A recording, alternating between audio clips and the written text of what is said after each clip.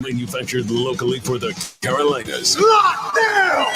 This is the Rob Brown Show. Yeah. Only on ESPN. ESPN Upstate. And away we go, ladies and gentlemen, boys and girls, children of all ages. The big show's on the radio. It's on radio. This is ESPN. Hello. How do you do? It's great to be back with you once again. I am Rob Brown, back in the palatial ESPN Upstate Studios, in charge of buttons, switches, levers, knobs, gears, pulleys, wheels, and other required apparatus to get us on the air. He is the great one. Hashtag Dad Kicks, Colonel Grudge, the alpha and the omega of ESPN Upstate, the conductor of the symphony of sound that is the Rob Brown Show. He is Lonzo. What up, Zo? What up, Extremely disappointed that you stopped using the word fulcrum because it's just not used enough. And I think my contract clearly states that in my title, fulcrum must be used. I did not get the full copy of your contract at all. I assume that is because there are so many more digits on yours than there are on mine. They just didn't want me to know, which is fine. Well, I am represented by the Diesel Agency, and they get you a lot of cash. I know he refuses to sign me. Refuses. Tells me I'm just not up to snuff. Just not there yet. We are going to be busy. On the show before we even get started. For those of you that are wrestling fans, coming up at 2:00 this afternoon on the dot. We will be joined live on the air by the MurderHawk, Lance Archer of AEW ahead of their Double or Nothing pay-per-view event this weekend. Lance Archer scheduled to go for the TNT Championship against Miro, in what should be a match, Zo, where I think two guys are going to beat the hell out of each other for our entertainment, and I am here for it. Well, it's good to see. Nothing wrong with the last TNT Championship. It's good to get some meat in there. Now you got some guys in there. The big boys. Absolutely. Cannot wait to see that. Yeah. It's going to be fantastic. Lance Archer will join us. At 2:00 this afternoon. A protege of Jake the Snake Roberts has been in Jake's corner, or I should say Jake's been in his for the last year and a half or so. We got the opportunity to meet Jake the Snake Roberts a few weeks back at South Carolina Comic Con, right here in the Ville. So very excited to have Lance Archer to join us. SEC and ACC Baseball Tournies are underway as we speak right now. Clemson baseball up against Louisville in the first game of the ACC tournament. So far, Clemson up on Louisville right now, 5-4 in the end of the second. So far, Bryce Tito has got a double down the third base line to score a pair of runs. And then Metzinger from Louisville got a two-run shot off of Clemson in the bottom of the second. So it is 5-4 Tigers right now. And we will keep an eye on that. That's coming up here. We'll give you the rest of the ACC tournament schedule in just a moment. SEC tournament schedule a little bit different in the ACC. They're using. In fact, hang on to that because we're going to get that in the lunch breakdown in just a minute. Kenny Mayne walked his ESPN appearance yesterday with the greatest farewell line that I think in a way only Kenny Mayne could have done it. In a way, only Kenny Mayne could have done it. Bryce Koepka, excuse me, very much not. Brooks Koepka, very much not a fan of Bryson DeChambeau, and that became evident yesterday. But I got to thinking a little bit about it, and there may be a reason why we got such a visceral reaction from Brooks Koepka when he saw Bryson DeChambeau, and it connects back to a conversation that Lonzo and I had yesterday about Shannon Sharp. Speaking of Shannon Sharp, I did a little digging yesterday because I was fascinated by the that Shannon Sharp just might have Julio Jones live on the air and had him down his future live on Undisputed without knowing that's what was happening. Very interesting little twist to that story that I came up on yesterday after we got off the air, because as I told you, I was fascinated by it and could not stop digging into that story. So all that more coming up during the course of the show this afternoon. Want you to join us, 844-477-3776, 844-GSP, ESPN. Text us at 71307 on the Ingles Market text line, 71307 on the Ingles Market text line. Start your text with ESPN. Zoe, let's get this bad boy going. What do you say? Let's do lunch. This is a very nutritious lunch. All the food groups are represented. You guys here? What in the wide, wide world of sports is going on here?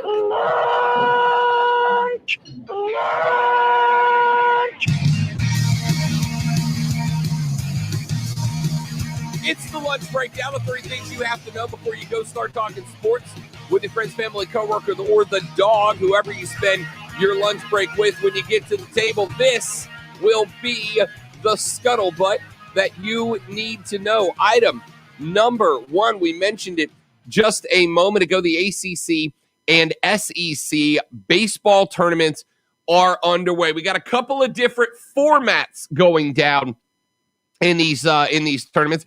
Over on the ACC side of things, we have 3 pools. Of the 12 teams. 4 pools of the 12 teams. Starting today at 11 o'clock and going all the way through Friday, we will see each team in a pool play each other team one time. 4 teams in 3 pools. Each team will play each other team one time. So each team will have a handful of games. By the end, we will have best record. The semifinals will see pools A and D, the winners square off. Pools B and C, the winners will square off as well. Once that is done, then the 2 winners of Pool A and D and the winner of Pool B versus Pool C, those 2 teams will square off in the championship game at noon coming up on Sunday, I believe. Louisville is taking on Clemson right now. They are together in pool number 1. They will play each other today, and then Clemson will take on Georgia Tech coming up tomorrow tomorrow, Wednesday. That one will be at 7 p.m. Now, unfortunately, these games are on the ACC Network Extra, so not a lot of access to that one, unfortunately. But we will keep you up to date with that game taking place against Louisville right now throughout the course of the show. Over in the Southeastern Conference, baseball tournament underway there as well. Their baseball tournament is structured a little bit differently. The bracket is locked in. The first round of the bracket will be single elimination. That is to say, South Carolina takes on Alabama today. That game will be on the SEC network. The winner of that game will move on to take on the number 2 seeded team, Tennessee. The loser of the South Carolina-Alabama game will be sent home. So a must-win game today for the Gamecocks in the 7th seed spot. The winner of that game takes on Tennessee. Up above them is the 6-11 matchup between Florida and Kentucky. The winner of that game will take on Mississippi State. Georgia and LSU is the 8-9 matchup. Winner takes on number 1 Arkansas. And Ole Miss Auburn is the 5-12 matchup. Winner takes on Vanderbilt. Once we have our 4 single elimination games out of the way, Florida, Kentucky, South Carolina, Alabama, Georgia, LSU, and Ole Miss Auburn. Once the 4 winners from those games move into the second round, from that point forward, it is a double elimination format. Once you lose your second game, you are sent home. So South Carolina will take on the winner. South Carolina will take on Tennessee if they can get by Alabama in game number 6. If they win game number 6, they will take on the winner of number 1 Arkansas versus the winner of number 8 Georgia or LSU in the winner's bracket. Again, double elimination. So we'll keep an eye on the SEC baseball tournament for you. South Carolina's game will start towards the end of the show. That score will be carried on into offsides with Mark Ryan and Diesel, and I'm sure they'll keep you up to date on that score as well. We'll come back, circle back around, and give you some thoughts on that. And as I mentioned, I will keep you up to date on that Clemson game as it plays out moving forward. Item numero dos on the lunch breakdown. Quarterback drama continues in the National Football League. Deshaun Watson is now announced that he will not and is expected not to show up to the organized team activities of the Houston Texans, according to a report from NFL.com. Watson apparently also remains firm on his demand to be traded, which he made known to the team before those nearly 24 lawsuits dropped on him. Now, obviously, it's going to be tough to make a move because we don't know what, if any, suspension will be levied against Deshaun Watson. We also do not know if the Houston Police Department and the National Football League, who both continue to actively investigate Watson, we don't know what else is going to come from these findings. Could the NFL offer a new suspension? Could Houston PD ultimately end up filing criminal charges against Deshaun Watson? The 25-year-old has denied at least part of the accusations and has not been around the Texans for months at this point, and as of right now is not expected to be. Of course, we know the Texans picked up a quarterback in the draft. They also have Tyrod Taylor on the depth chart as well. Lonzo, the story continues to basically be what we expected it to be, which is a very, very slow burn moving to the beginning of the NFL camp. I think a lot of teams are waiting to see what else comes out of the investigation by the HPD, and a lot of teams are waiting to find out if Deshaun will possibly be suspended for any length of time during the season before anybody decides if they want to play the everybody deserves a second chance card on Deshaun Watson. Suspension aside, does he play again this year, period? Because what team is going to want to take on this baggage? Because this is pretty bad. And the fact that we don't have any news on it one way or the other, I don't know that means it's a stalemate. More than likely, they're going through with the civil trial and maybe more. Do you want to take this on as a team? Is he good enough to for a team to take this on? I'm not so sure. I'm not so sure he plays again this year. And who knows, maybe he's done, period. We are going to circle back around to that topic as well. But the second half of item number 2, Aaron Rodgers has now spoken out. Obviously, we've been keeping an eye on Aaron Rodgers and his situation. It looked like he demanded a trade and wanted out of Green Bay the day before, actually the day of the opening day of the NFL draft. But we haven't really heard much from A-Rod of the football persuasion since draft day. Well, Rodgers appeared on SportsCenter last night and broke his silence on a rift that widened this offseason between the MVP quarterback and the Packers. Rodgers stopped short of naming any specific names or incidents, but he did point fairly unambiguously at the Green Bay front office when he described what caused his impasse with the team. He appeared on SportsCenter to celebrate the final show of his friend and longtime ESPN anchor, Kenny Mayne, which also gave us a hilarious moment that we'll get to you later on. But Rodgers said, quote, "I think sometimes people forget what really makes an organization. And, you know, history is important. Legacy of so many people who have come before you. But the people, that's the most important thing. The people make an organization. People make a business. And sometimes that gets forgotten. You know, culture is built brick by brick. The foundation of it by the people, not by the organization, not by the building, not by the corporation. It's built by the people. I've been fortunate enough to play with a number of amazing people and got to work for some amazing people as well. It's those people that build the foundation of those entities. I think sometimes we forget that, question mark. Asked by Kenny point blank if he was demanding a trade, Rodgers did not answer, instead turning the conversation into a direction that appeared to point toward general manager Brian Gutekunst, and more specifically, his drafting of quarterback Jordan Love. Rodgers said, quote, "With my situation, look, it's never been about draft pick picking Jordan. I love Jordan. He's a great kid. It's been a lot of fun to work together. I love the coaching staff, love my teammates, love the fan base in Green Bay. An incredible 16 years. It's just kind of about a philosophy and maybe forgetting that it is about the people that make things go. It's about character. It's about culture. It's about doing things the right way. A lot of this was put into motion last year, and the wrench was just kind of thrown into it when I won an MVP and played the way I played last year. So this is just kind of, I think, the spill out of all of that. But it is about the people, and that's the most important thing. Green Bay has always been about the people, from Curly Lambeau being owner and founder in the 60s with Lombardi and Bart Starr and all these incredible names to the 90s teams with Coach Holmgren and Brett Favre and the Minister of Defense to the run that we've been on. It's about the people. Long story short, Lonzo, Aaron Rodgers spent about 8 minutes on SportsCenter with Kenny Mayne and didn't say a damn thing. He didn't really say anything, right? He didn't say he was demanding a trade. He didn't say what he wanted, where he wanted to go. He said it wasn't about the draft pick. It's about the people. It's about the people. And I finished listening to that interview with the thought of, Zoe, I have no idea what Aaron Rodgers is saying or what he wants at this point. I really don't.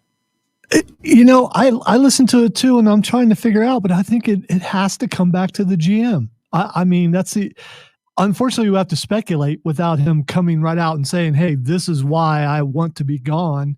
But I think that's what it has to be. That's the only direction it could be, especially when he talked about the quarterback saying that that's not the reason why he's upset. And he made it sound like if he had one MVP, what's that mean? Why did that throw a wrench into it? Yeah, that was kind of the same response I had. Is that a look how good I am, give me what I want phrase? Is that what you meant? Look what I did. I won you the MVP. Now give me what I want. Well, we don't know what you want, Dave Bautista. We have no idea what you want. Or maybe this is what I did with what I have now. Think of what I could do if you gave me more and you won't. So I want to go somewhere where they will. Yeah. We have no choice but to speculate because he wasn't clear. That is correct. 844-477-3776. Oh, I got to get to item number 3. That's right. Item number 3, game 3 tonight, Nashville, Carolina. We have had 4 games in this series so far. 4 games of a 4-game series have gone to overtime. They have played 191 minutes and 4 seconds of hockey so far. There have been 214 shots on goal in the last 2 games. 4 overtimes in the last 2 games. 191 minutes, 4 seconds, 214 shots on goal. This series has been unbelievable. Nashville goalie Drew Saros tied the franchise record for saves in game 3 and then set the mark with 58 saves on Sunday. The second goalie since 1956 to record 50-plus saves in consecutive playoff games, joining Curtis Joseph from back in 1993. Saros has faced 184 shots. He has saved 171 of them. It is the most for any goalie in the postseason so far. But the exhaustion was clearly there for these 2 teams in their overtime matchup this weekend. So they got a couple of days off as they travel back to PNC in Raleigh for tonight's matchup between the Preds and the Canes. There have been 4 overtimes in 42 hours. Both of these teams were clearly exhausted, but now they got a 2-day breather. Now they got an opportunity to get the legs under themselves. I got to go ahead and take a shot and say this. Tonight's game, Preds-Canes, may very well be the best NHL game of the postseason so far. I'm not going to guarantee it because if I get Lonzo excited and he tunes in to watch this game, then it's going to be a 5-0 blowout because that's just how it works for me. But all right, let me just stop you at the pass. I am not going to watch this game because I am not going to ruin it for you. You are excited about this. And if I watch this game, it's not going to be what you want. So I am just going to throw it out there now, not going to watch it. I am not superstitious. You're welcome. I am not superstitious, Lonzo, but I am a little stitious. All right, as the great Michael Scott would say, I am a little stitious, and there is a part of me that absolutely wants you to watch this game. I think it's going to be incredible. It's been a hard-hitting series. It has been a fast series. It has been a oh my gosh, pass me the Xanax level of stress between these two teams. And look, here's the thing. Here's the spot I'm in, Zoe. On one hand, I'm a Nashville fan. On one hand, I'm a Preds fan. On the other hand, I understand that it's going to be better for me and more fun to talk hockey if the Hurricanes win this series and move on to the second round of the Stanley Cup Finals, right? Stanley Cup playoffs. It's going to be better for me. This series is giving me a complex. It's been that good. It's been that closely contested. I want you to watch this game tonight, Lonzo. And if you tune in and watch this game, and this game ends up being a blowout 5-0 one way or the other, then I will tell you never watch sports again because you're clearly ruining it for me. But until that happens, I need you to watch this game because it's going to be great. As your friend, I want you to have a good night. So even though you've asked me, I deny your request. I am not watching. I am going to make this good for you because I care. Aw. 844-477-3776, 844-GSP-ESPN. Text us at 71307. Freshman Caden Grice became the ninth Tiger and first since 2018 to hit 2 home runs as he has gone yard twice so far, but a pair of solo homers in the home half of the third have squared this thing back up. 6 Clemson, 6 Louisville, a square match in the third inning. We'll keep you up to date on that. Let's take a break. We'll come back here in just a minute. The Rob Brown Show rolls on. It's ESPN Upstate.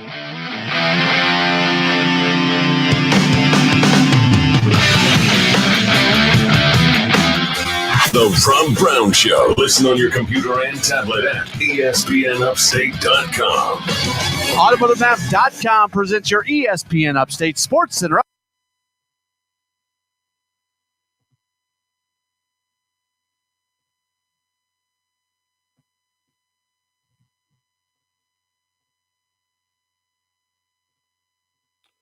Hello, Miss Lisa. Welcome in. Good to see you. Thanks for being our sound engineer today.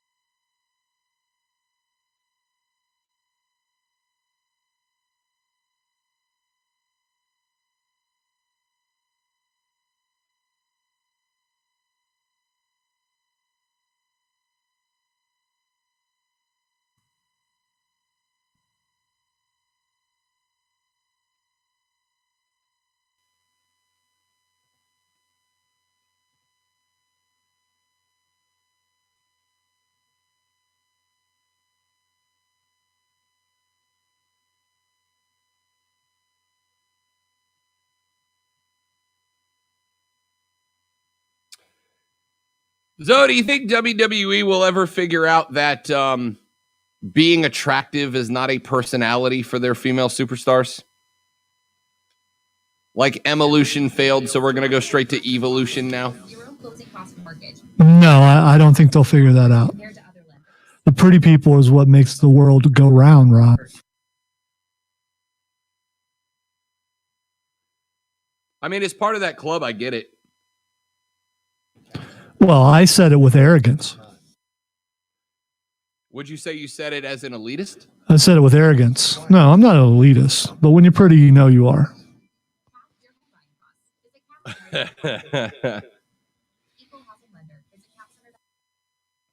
Man, my double chin's coming back in. I got to lose some more weight. Dang. Getting fat again.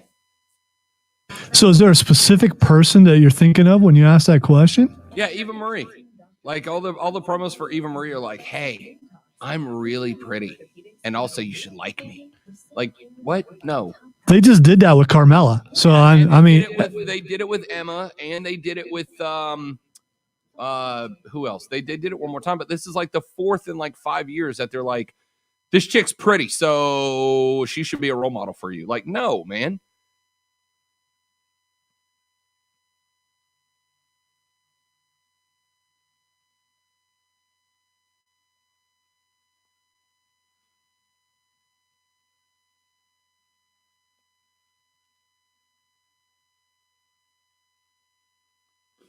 It's going to be pretty girls and muscle dudes as long as Vince is still in charge.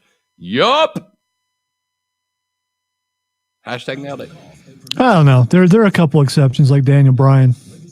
Yeah, Daniel Bryan is only still around because we did that.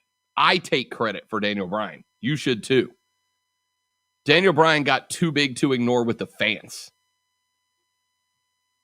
You and I both know that if Daniel Bryan didn't have the crowd support going into 30, if he did, Dave Bautista would have been champ again.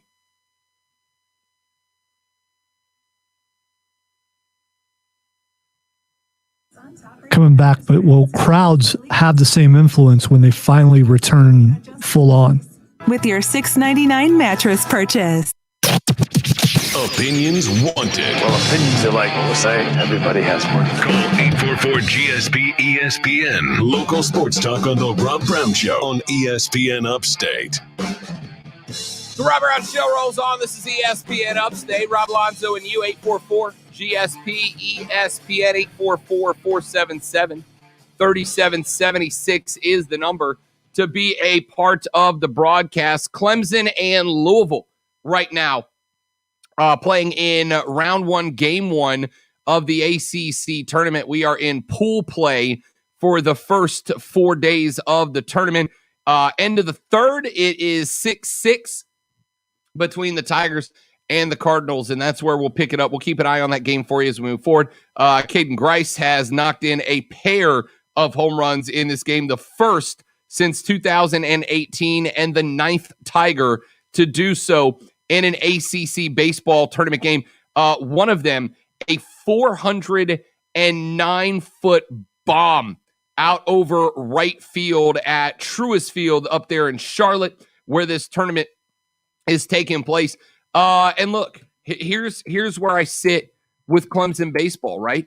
Clemson baseball looked really good earlier in the year, but what happened? Just like what happened to this Clemson team? They had a good run early in the season, and then they just went on this streak, right? They got swept in a 2-game series to Notre Dame. They lost to USC Upstate. They got swept by North Carolina. They ended up going on another little hot streak where they had wins over Virginia Tech, Georgia Southern. They were able to take all 3 from Boston College, dropped one to Georgia in an 0-2, very close contest, won a pair against NC State, dropped the third, ended up winning 1 but losing 2 against Virginia, lost to the College of Charleston, got swept by Miami, lost again to Georgia, another close one, 8-7, but an L nonetheless. They swept Wake Forest. Now, here's the good news. Back at the end of April and opening weekend of May, Clemson took on Louisville, and they swept the Cardinals. So this ought be a game where Clemson is the better team and gets it done. They beat them 11-3 back on April 30th. On May 1st, they beat them 5-4, and on Sunday the 2nd, they beat them 15-5. They got another revenge win over SC Upstate. Then they got swept by Georgia Tech. They beat a decent South Carolina team 7-2 at home in the makeup from earlier in the season. But then they turned around, dropped a pair out of 3 against the Noles, got swept by Duke on the way in. And from what I have been able to see, it basically comes down to a spot where Clemson was unable to put runners in when they had them in scoring position in clutch games. Now, that's not the problem today, and that's a great news. Bit of great news. By the way, Bryce Teodosio, a 405-foot 2-run blast, and Clemson is back on top. We are in the middle of the 4th inning, and we have an 8-6 ball game. The Clemson in their purple with their white shorts, and Bryce Teodosio, who is by the way, a dude, man, a dude. I went to that game against Carolina. Teodosio took one off the dome, had to get pulled for a minute, ended up re-entering the game and having himself a good one. He does it again today. 405-foot 2-run blast out to right, center right, and Clemson back on top of Louisville. But it comes down to, can you win in these big spots? Can you be put under pressure like you are right now against Louisville and find a way to hit the ball? So far, so good. If this Clemson stays there, if this Clemson is able to keep producing runs against Louisville, then they've got a better than average shot. This team is far from out of contention in the ACC. Although the better teams have gotten the best of them in regular season play, they are far from out of contention if the team that is at the dish today keeps showing up. The problem is that team showed up so sporadically through the back half of the season, right? They'd pop in for one game, but then drop the other two. They would lose a 3-game series and get swept by Georgia Tech, but then turn around and drop a 14 spot on, Georgia Southern the next day. That team has been sporadic. And unless they figure out how to find some consistency, this ACC tournament might very well be a disappointment for them. We'll keep you, again, up to date on this game as it plays out. 8-6 Clemson right now as we head to the bottom of the fourth. A pair of shots earlier in the game from Caden Grice, another one from Bryce Teodosio, and the Tigers are up 8-6 over the Cardinal. But again, we'll keep an eye on that for you for the rest of the game. Let's take a break. When we come back here in just a minute, let's talk about this Deshaun Watson story. He has not showed up for Houston's OTAs. He is not expected to. Looks like he is still demanding a trade away from Houston. Is that in his best interest? Lonzo will serve as Deshaun Watson's agent when we come back on the Rob Brown Show. This is ESPN Upstate. The Rob Brown Show. Listen on your Amazon or Google.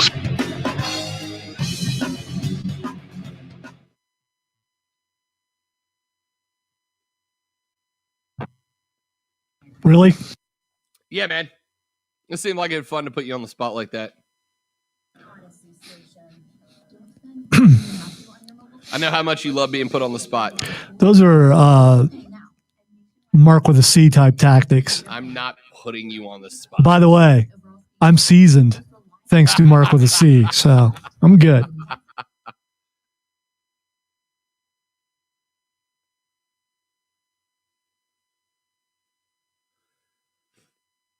I saw WWE announce the first handful of cities that they're going to, but only like 6 out of 25.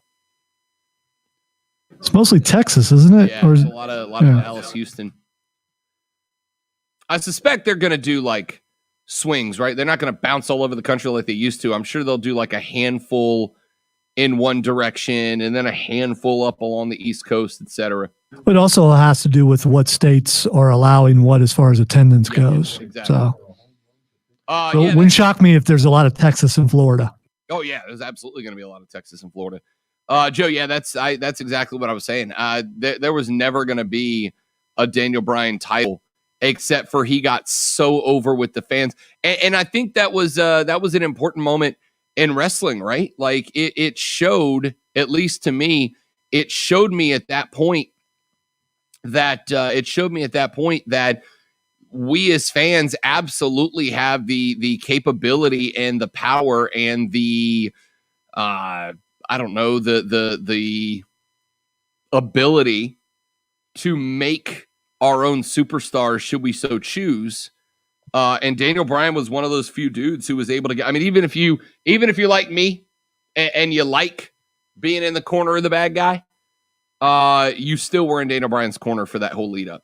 Daniel Bryan was absolutely not going to unify the belts at WrestleMania 30, but it got so big. I was in the building for that night.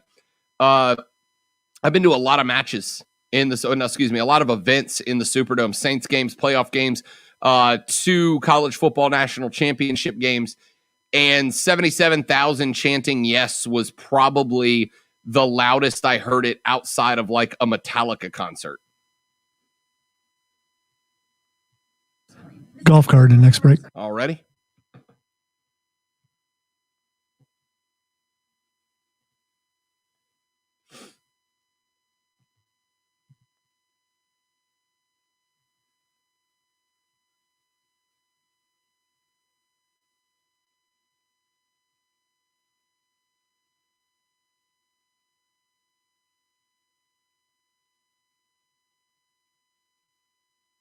1 minute.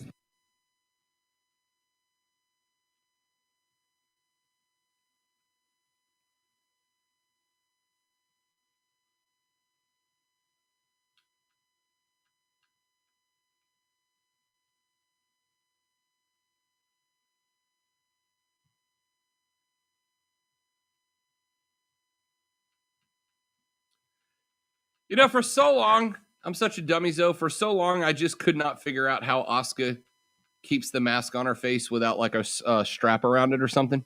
There's a mouthpiece. Yep. I just figured it out because I am the dumb. For so long, I'm like, how is she doing that? Before I realized they had a mouthpiece in it. Yeah.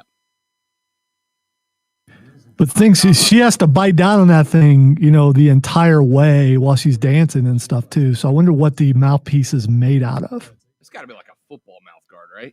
I don't know. It looks kind of metallic. I don't know. Come back. 71307. Use keyword ESPN followed by your comment. Local sports talk on the Rob Brown Show on ESPN Upstate. The Rob Brown Show rolls on. Rob Lonzo, Deshaun Watson has not shown up for Houston's organized team activities, henceforth known as OTAs. And NFL.com is reporting that he is still very much demanding a trade away from the Texans, still wants out of H-Town. So we knew that was coming. And Zoe, I'm 0% surprised. 0% surprised that Deshaun still wants out. I don't see any reason why that would have changed to this point. But, I don't know, Lonzo, if it's in his best interest. I don't know if it's in his best interest. There's a part of me that thinks to some degree Deshaun, as much as he doesn't want to be in Houston, may just need to suck it up, show up to OTAs, go through OTAs as if he is the quarterback of the Houston Texans. He will remain the quarterback of the Houston Texans, rededicate himself, show that he is a guy who is there for the team even when things aren't going his way, etc., etc. I think it's in his best interest, Lonzo, because he's already, I think, going to have a more than difficult time convincing whoever the next team is going to be to allow him to wade through the hot garbage that is his off-the-field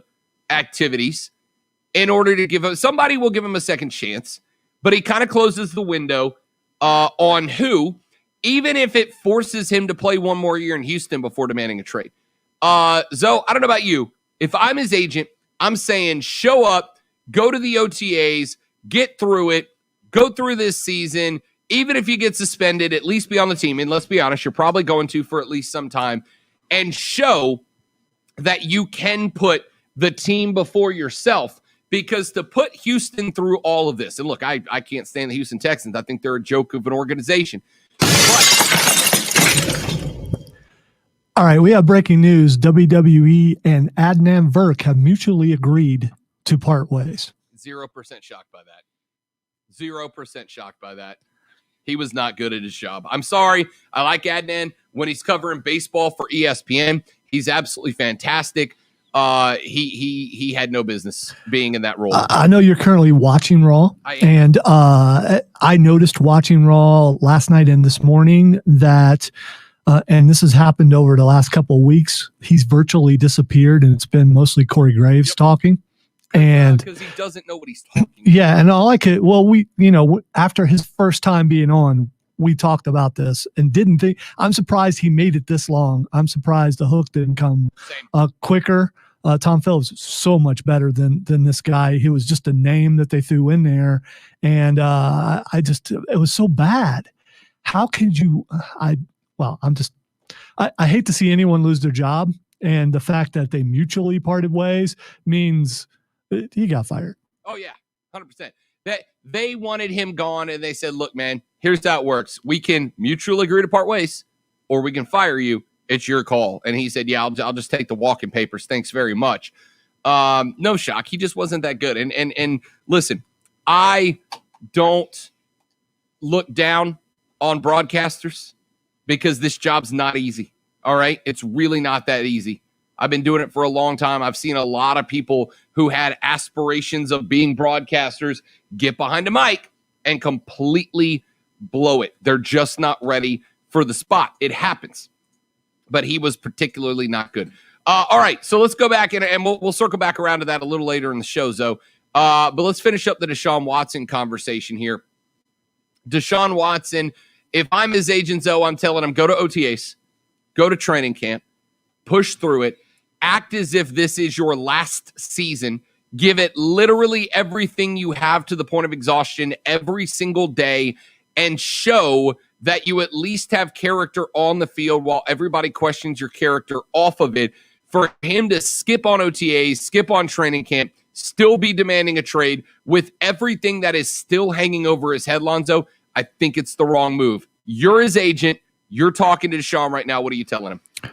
Here's what I'm telling. Hey, you need to stay here where you are, where you're familiar, where the fan base is generally behind you, where you don't have to make a move into a city where you're going to have, chances are, protesters outside of wherever you're living, you're going to move to, outside the stadium, things like that.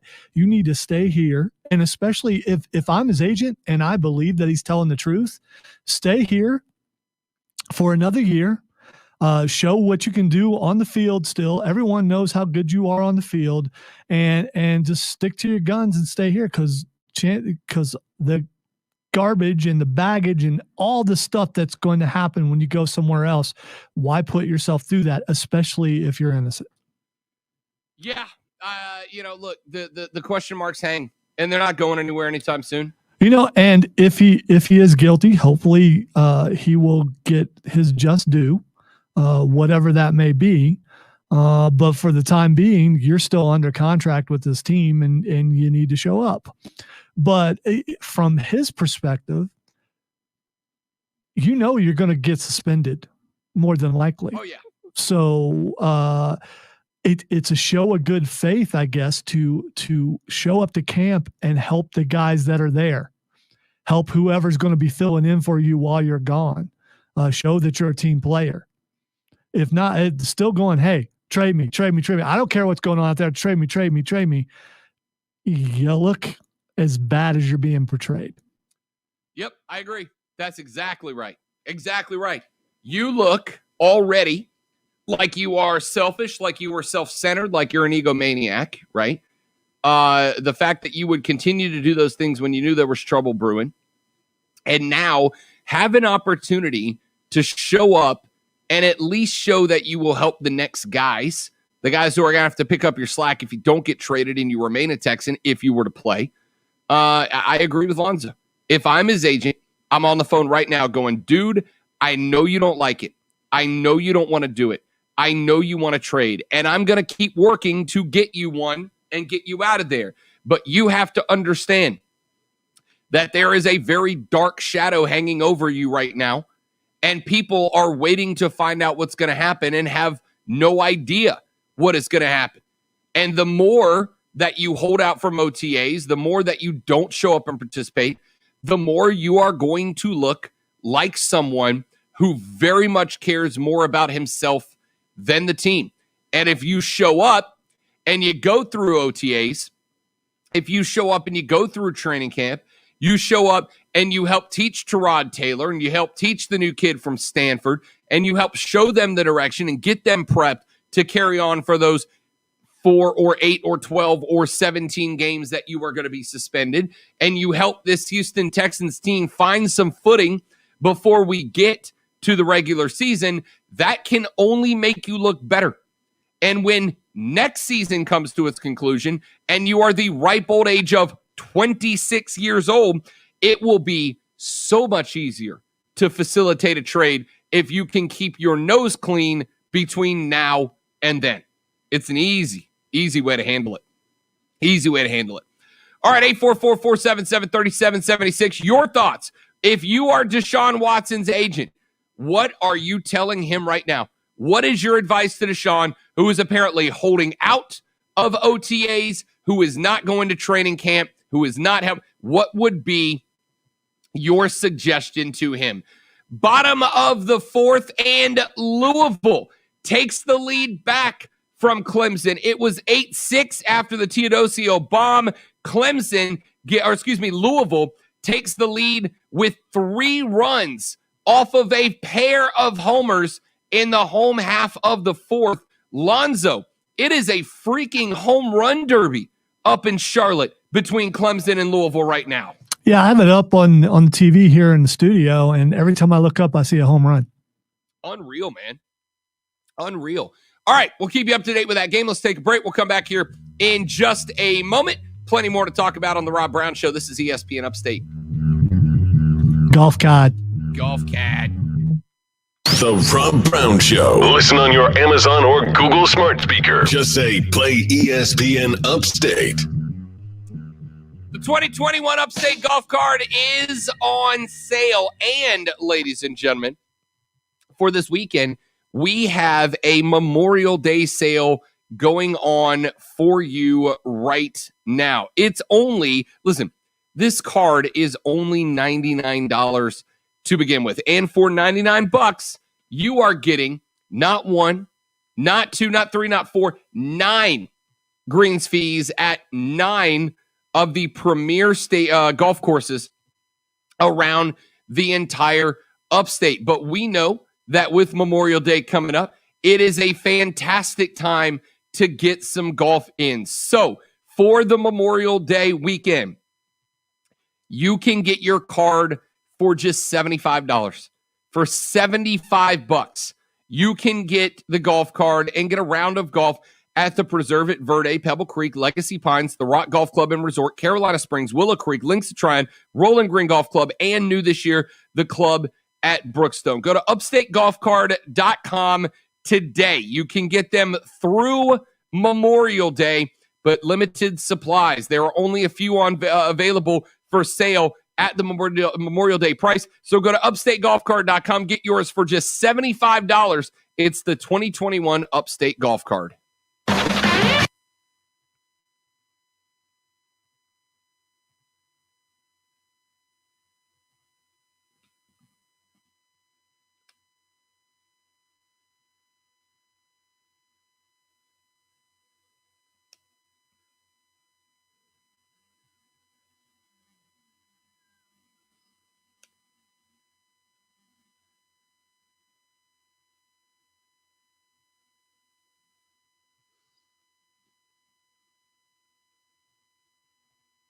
Keegan, what's up, brother? Welcome in. Joe, good to see you, pal.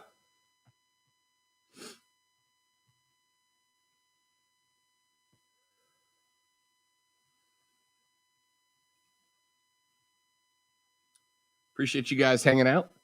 As always, got anything you want to talk about? Drop it in the chat.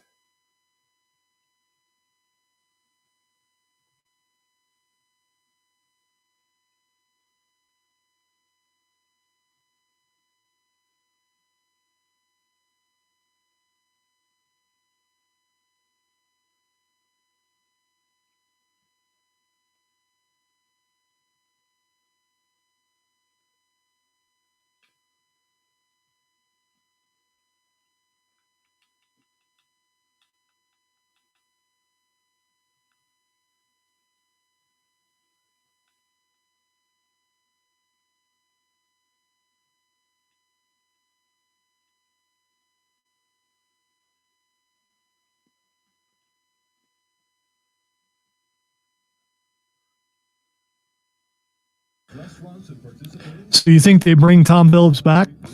No. Who do you think they? I don't know. They'll probably try to find maybe. See, I don't think there's anybody from NXT you want to bring up right now either. I don't know where they go. Phillips was a guy apparently. Apparently, Phillips got into some trouble away from TV. Was sending some not crazy appropriate text to women who did not appreciate them. And considering they've already got enough trouble going on right now, I don't think they want the image issue, but I could be wrong. That being said, if you gave me the options between Phillips and Adnan, it's an easy pick. Oh, without a doubt.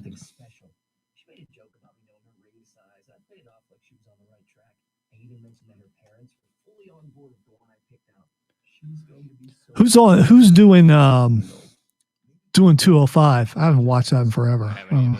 I don't think I actually ever watched it. It just like, and maybe this is being a bit of a hypocrite, but like, what about 205 is compelling for me right now? You don't. Yeah, that's why I don't watch it. 30 seconds. Every now and then you send out a Drew Gulak onto Raw and have him get scrubbed in 2 minutes. Like, just don't send Vic Joseph up. I like the NXT crew. Yeah, I do too. Leave it alone. I agree.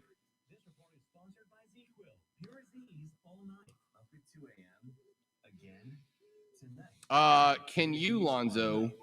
And you don't have to do it on it. I mean, Ken, if you're comfortable with it. Because I don't have the ACC Extra here at the house, so I can't keep an eye on the baseball game. I basically follow Brown Lockdown on Twitter. I'll keep an eye on it. Tweet at The Rob Brown Show on the Upstate Sports Leader, ESPN Upstate.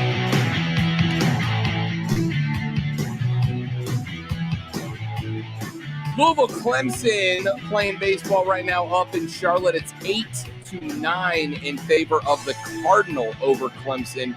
A home run derby going on at Truist Field up in Charlotte right now. We have seen home runs off of bats from both sides. We mentioned Caden Grice has a couple. Teodosio has one as well, but Louisville has got their guys working really well right now as well at the dish. And look, pitching for Clemson has been an issue in big spots, and it continues to be so today. So we'll keep an eye on that for you as the game progresses. Zoe has got it on at the studio, unfortunately, because of the fact that it is on the ACC Extra Network, and that is unavailable at my home. And while I am definitely above, for sure, watching streams elsewhere on the internet, I just can't find one today. So nobody out right now, bottom of the fifth right now, and Carter Lohman struck out the Clemson side in the fifth. First time one of these teams has been held scoreless for an inning, were the Clemson Tigers in the top half of the fifth. So now we're at the bottom. Nobody out. Tigers trail by one. PJ Labriola is into pinch run for Louisville, pinch hit for Louisville. Runner on first for the Cardinal, and nobody out. So they are threatening again. Louisville has scored every inning. Clemson scored every inning except the fifth, and that's where we stand right now. Now, this may be a little nitpicky, but I guess there are no uniform rules in college baseball. By the way, the batter bunted and got the runner to second, and I believe he's safe on first. Oh wow! Yes, went from a sacrifice to an infield hit. How about that?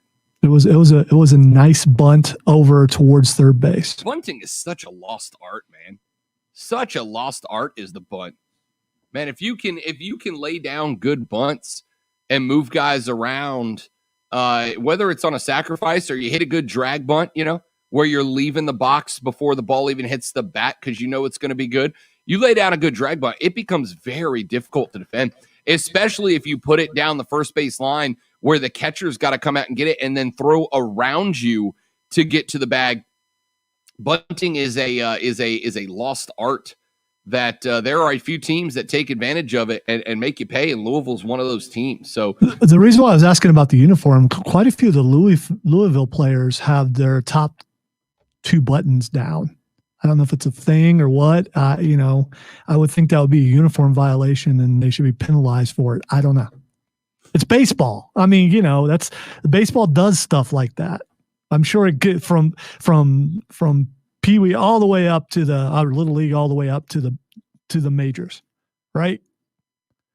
Snotty, snooty uniform should be in a certain, So am I wrong? I mean, am I wrong? Sounds like you're saying that. So no, I'm curious about why these guys are allowed to have a couple buttons down. It's been like that as long as I can remember. Okay, they have shirts underneath. It isn't like they're flashing the chest hair. Right. I mean, I would care, but it's not uniform. No. Some of them have a couple buttons down. Some of them don't. Yeah, I think the top couple of buttons nobody really cares about.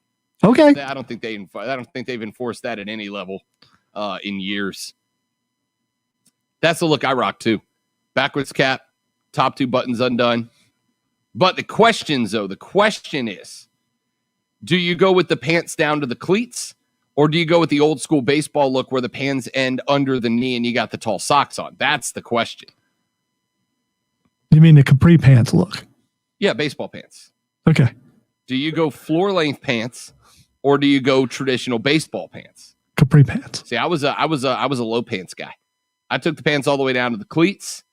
I rocked the low pants, the low cuff, all the way down to the cleat. Top couple of buttons undone. Backwards baseball cap, sweatband on both wrists. If I had the money to afford the necklaces like some of them are wearing, I would have done that too. Preppies play baseball. I don't run with that crowd.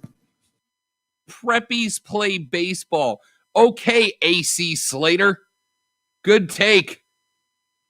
844-477-3776 is the number. 844-477-3776. Text us at 71307 on the Ingalls Market text line. Start your text with ESPN so we can read them on the air. Hey, speaking of snooty fans out there getting upset about the new ways, there's a tennis legend who is being that guy. Christian McCaffrey has spoken out about Sam Darnold. We're going to hear from him coming up next. And Kenny Mayne with his walk-off shot on ESPN yesterday. All that more coming up in the next hour on ESPN Upstate.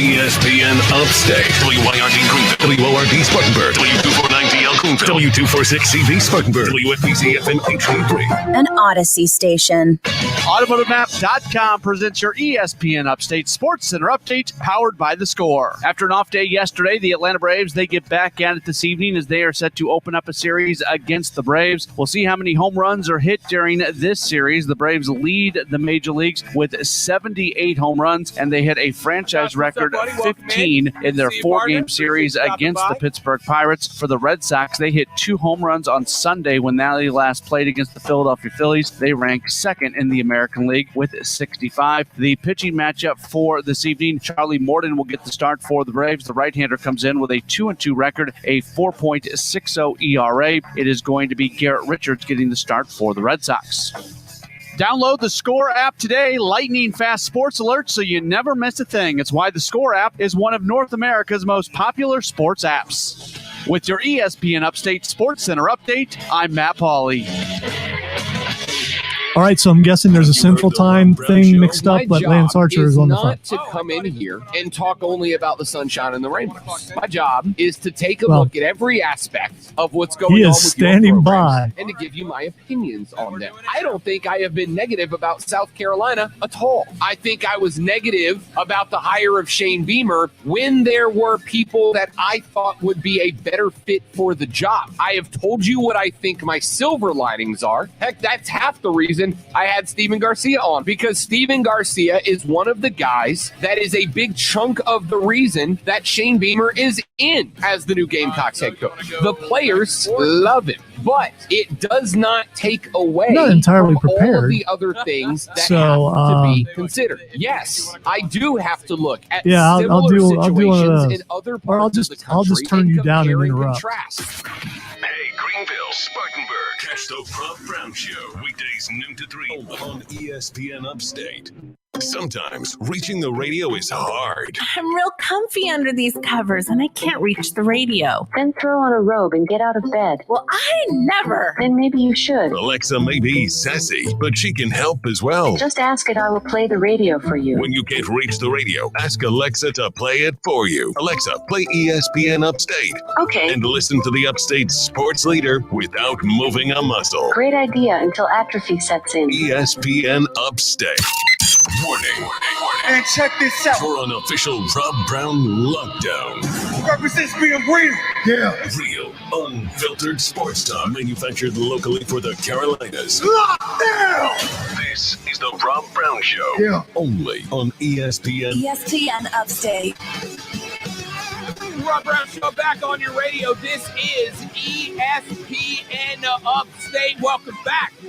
Upstate South Carolina. I am Rob Brown, the great Lonzo, back in the network studio. And to the phone lines we go ahead of an enormous pay-per-view weekend for All Elite Wrestling with Double or Nothing this weekend. He is the MurderHawk, Lance Archer, joining us here on the Rob Brown Show and ESPN Upstate. Lance, my man, thank you very much for taking the time. How are we feeling ahead of a major pay-per-view this weekend? Ready to get out there and kick some butt, man. I love it. You love to hear it, man. Let's talk a little bit about this pay-per-view. I want to kind of go through all the things AEW has going on right now, but a major mash-up between you and Miro this weekend with the TNT Championship on the line, and this has been a fight with a lot of fun build-up to it. Miro has been incredibly hot since his premiere at AEW. You have been around longer than that as one of the mainstays. What's it mean for the two of you to get to bring a fight for a strap into the ring on pay-per-view this weekend? For me, it has a lot of meaning because, I fought for this title a year ago at Double or Nothing. I fought with Cody. Cody got lucky and took it on me that time, but I plan on taking it on Miro this time. And he took on a fearless Darby Allin, but Darby was a little injured. He was a little beat up. We got thrown down the stairs the week before, so he was dealing with a much smaller opponent, somebody who was already injured going into the match. Like I said, Darby Allin is fearless. He ain't afraid to die, but that's not the same guy that Miro's facing this Sunday at Double or Nothing. He's facing the MurderHawk Monster, the guy that I've been, like you said, I've been there longer. I've been a beast since I showed up.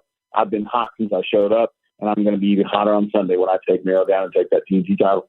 Is it more difficult for someone of your size to wrestle someone who's quite a bit shorter in Miro? Is it harder or easier to wrestle a short guy? Well, Miro's not even that short. Like, he's just, I just make other people look short because I'm so damn tall. But, he's a big dude. He's a fierce dude. Like, I'm not overlooking Miro one bit. Like, I'm confident in myself and what I can do and what the MurderHawk Monster is going to do on Sunday. But I'm not looking past Miro and what he can do. He's a beast. He's a bad dude. And I'm not negating anything that he can and can't do. Like you said, he showed up in AEW. He's been hot since he got here, and he's been as hot as Hades lately, and now he's the TNT champion. So he's got a target on his back. And, I decided that was something I wanted. It's something I've wanted since I showed up in All Elite Wrestling. So, facing a guy that's shorter than me is pretty much my entire career. Every person pretty much that I've ever stepped in the ring with has been shorter than me. Just, it's been a few far in between moments that I've stepped in the ring with somebody who is eye to eye with me or taller than me. That's only happened like 2 or 3 times in my entire career. So to step in the ring with somebody like Miro, like I said, his height doesn't take away from his ability, and he's a fierce, bad dude, and I'm not negating that, and I'm ready to fight him, and it's going to be a lot of fun. It's going to be a lot of fun throwing down and beating the crap out of each other Sunday at Double or Nothing. The MurderHawk Monster, Lance Archer from All Elite Wrestling, joining us here on the Rob Brown Show and ESPN Upstate. That TNT Championship, if you watch other companies around, we hear about belts that are mid-card belts or secondary belts. But one of the things that I've appreciated, Lance, is the amount of credibility, importance that you guys have put on the TNT Championship. I mean, Cody has chased it. Miro came in looking for it. Darby Allin made it a mainstay when he was holding that belt on Dynamite. Talk to me about the important. Why does this belt? Why does winning the TNT Championship matter so much to you? It isn't a secondary title by any means. It is on the same level as the AEW Championship. The AEW Championship is just one of the titles. Like I said, right now, Kenny Omega is the champion, and he's been very selective on who he fights. And that's kind of how the AEW Championship has gone, whereas the TNT title has been seen and defended many, many more times. Cody defended it on a weekly basis. Like you said, Darby Allin, once he got into that groove and he got done him and Sting versus Team Taz, he decided he wanted to be a fighting champion. So it was fought and defended multiple times on TNT, and I think that's what makes it important in its own realm. Like I said, there isn't one that's better than the other. They just have different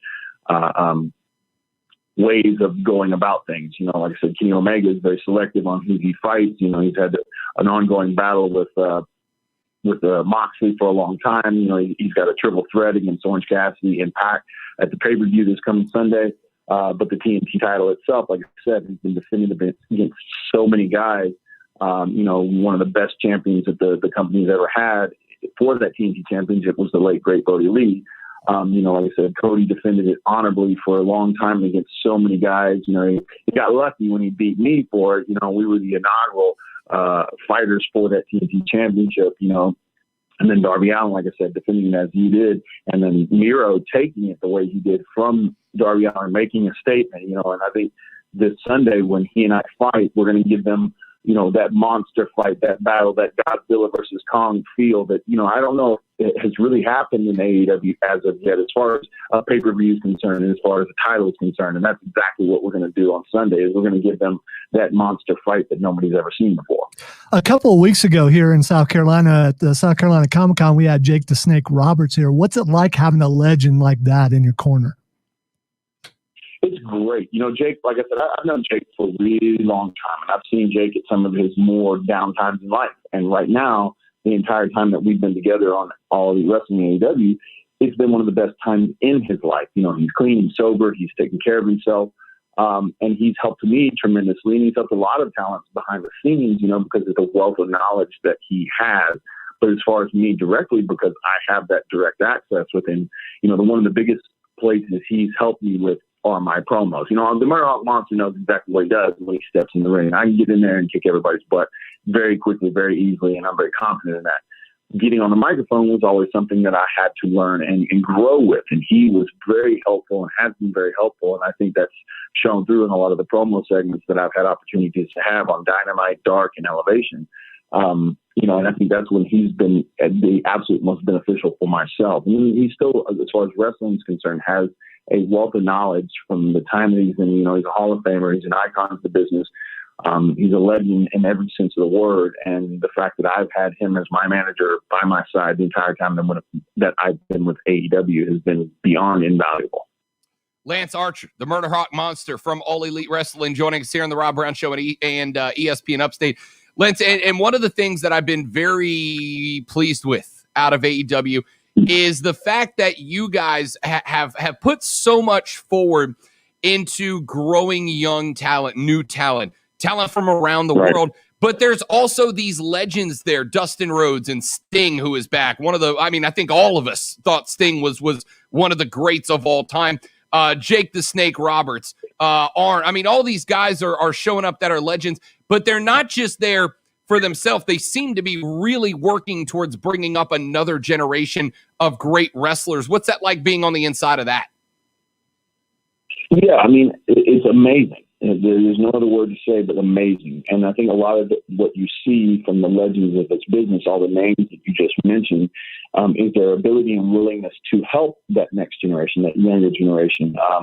And it's because I think All Elite Wrestling, Tony Khan and everybody that's involved in running the company helps create an environment where people want to be successful, whether it's the youngest, newest, least experienced kid on the roster to the most experienced veteran that we have that's stepping in the ring still. And everybody wants to improve, and that just helps All Elite Wrestling AEW improve on a weekly basis. And then, like I said, you have these legends who are there and available, and a lot of the young talent you can see as they grow are going to these guys and getting good advice. And it's not an environment of anybody's trying to protect themselves or protect their spot or protect their placement, whatnot, and things like that you've heard about from other companies in the past.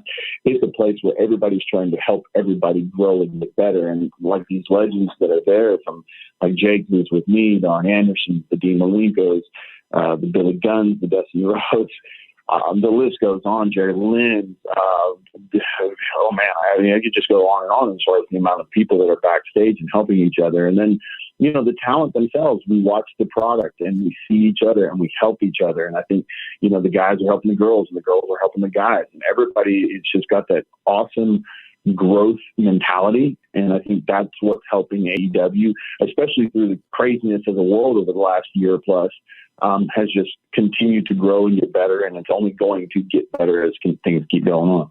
Speaking of that, a year ago, and AEW is still on the rise, but a year ago, you guys are riding high and just getting better and better every week. And then COVID hits. How did AEW as a company approach that? Did you go week to week, or do you have a long-term plan, or was it addressed? I think it for everybody, it was a week to week, adaptable situation. It was like, okay, what's happening right now? What can we do? What can't we do? What should we do? What shouldn't we do? How should we approach this safely to take care of the talent and the crew and everybody that was involved in AEW? And that was absolutely paid attention to the entire time, we dealt with this. It was a fluid situation, from the very beginning, because nobody knew or understood exactly what was going on. But we still had, a product that we had to produce. We had a TV contract, and pro wrestling, when the rest of the world shut down, pro wrestling, and us, AEW, was one of the few things that didn't really stop. We found safe ways to produce product, but we did it in a way that was not being done by any other sport or any other entertainment. Hollywood shut down, all sports shut down, but we found a way, and we still did it on a live platform in many cases, to produce, new content for pro wrestling fans and sports fans and entertainment fans and everybody around the world that was, starving for this because there wasn't any for a long time. And AEW and Tony Khan, again, to their credit, in every sense from top to bottom, took care of all the talent, all the crew, all the people that were involved in such amazing ways. Like, it's not my place to say exactly what was going on, but it's one of those things, like, if you saw what was going on and you were a part of it, you would be proud of it, and you would be like, this is how it should have always been done. Nobody ever felt unsafe. Everybody felt motivated to come to work and to produce good product, even in the crazy environment that it was. We had our extra talent, were our fan base, so it helped with the product, because I think when you're watching it on TV and for the talent that's in the ring, just that audible nature of hearing cheers and boos and things like that help you feel like you're watching a pro wrestling show. And we've had that from the beginning. So there's just so many aspects to how AEW handled this last year plus, and now we're moving forward with the live shows returning in July as we start to tour. And then, like I said, Sunday at the pay-per-view Double or Nothing, it's a sold out show. We've gone through this, I think, in the absolute best way that it could have possibly been handled for a situation that nobody understood. It was crazy. It was amazing. And like I said, everybody was taken care of tremendously. The MurderHawk Lance Archer from AEW joining us here on the Rob Brown Show and ESPN Upstate. A minute or two, and we'll turn you loose, Lance. I got one that I'm really intrigued by, and that, how did you approach it as a wrestler when we're in the midst of this pandemic and shows have no fans or just a couple dozen fans? I mean, you guys, when you're cutting promos and when you're wrestling, feed so much off of the crowd reaction and the emotion that you build while you're telling these stories in the ring. What's it like for you to go out there and try to cut a very emotional promo or to get into the midst of a really emotional match when you know that the folks at home are watching and they're into it and they're there for the story, but the crowds they just weren't allowed in? How did you guys as wrestlers support each other to get through what must have been a difficult time for that type of performance?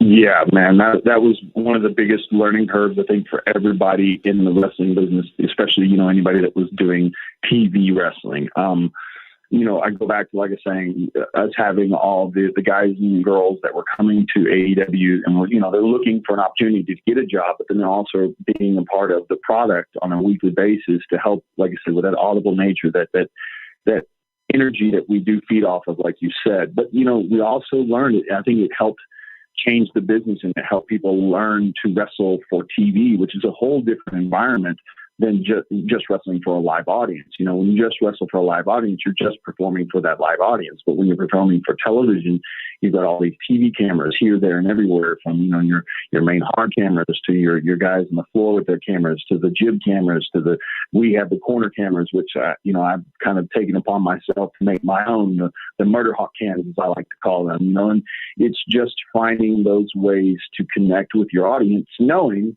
like you said, that they're out there, they're watching, they're paying attention, you know, and, you know, in the old ways, I think you really kind of didn't pay attention to the cameras that were there. But moving forward, like I said, because we had a very limited fan base and our connection was with the people who were at home and online and everything of that nature, you know, like I said, myself, I took it upon myself. Like every moment I had that I would find the camera, and I basically would try to connect with that home audience. Those people that were watching at home, I'd try to let them know that I was having fun kicking butt and doing what I was doing. So I was hoping they were having fun watching me kick butt and doing what I'm doing.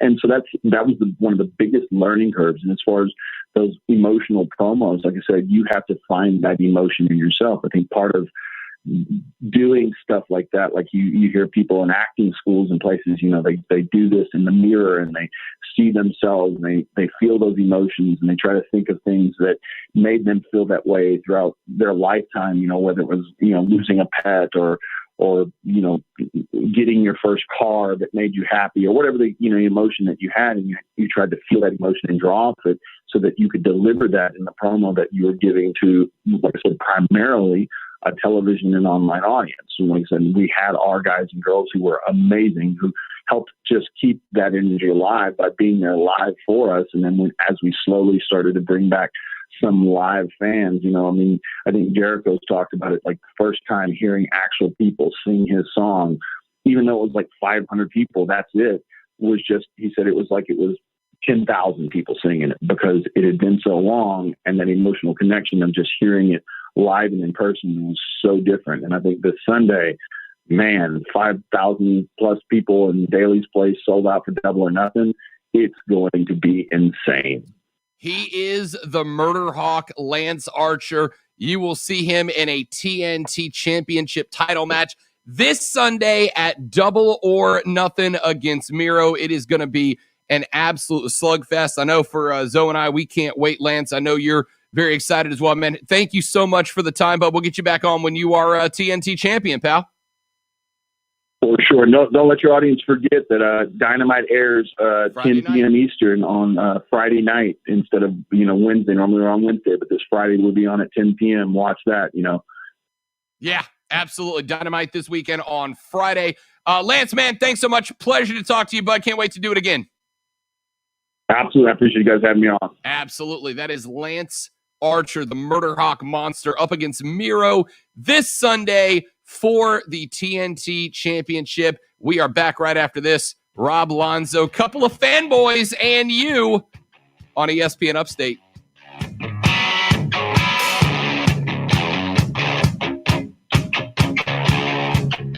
The Rob Brown Show. Listen on your computer and tablet at ESPN.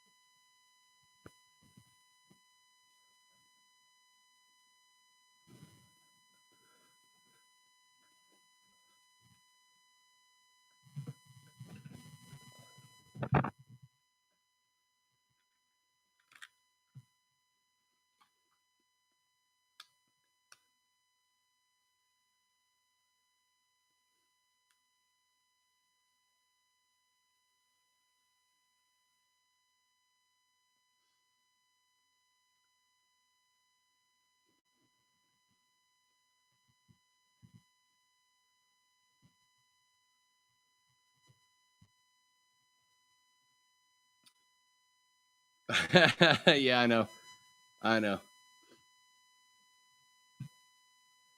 I'm supposed to turn off my audio when I do mine too, but I don't think they're gonna get mad about more. So that was that's pretty rad. It's always fun, Zoe, to me to do the first couple of questions completely in kayfabe, in character, and then kind of shift them over to the real life of what goes on behind the scenes. Yeah, because you don't know how they're going to handle the interview. Yeah. So I always start them off because there are some like MJF will not break character at all for any reason. He answers every question in kayfabe. He did an interview with Brandon. I'll send it to you later. It's absolutely hilarious. If you have that character and you're that good on the mic, why would you break it? Yeah.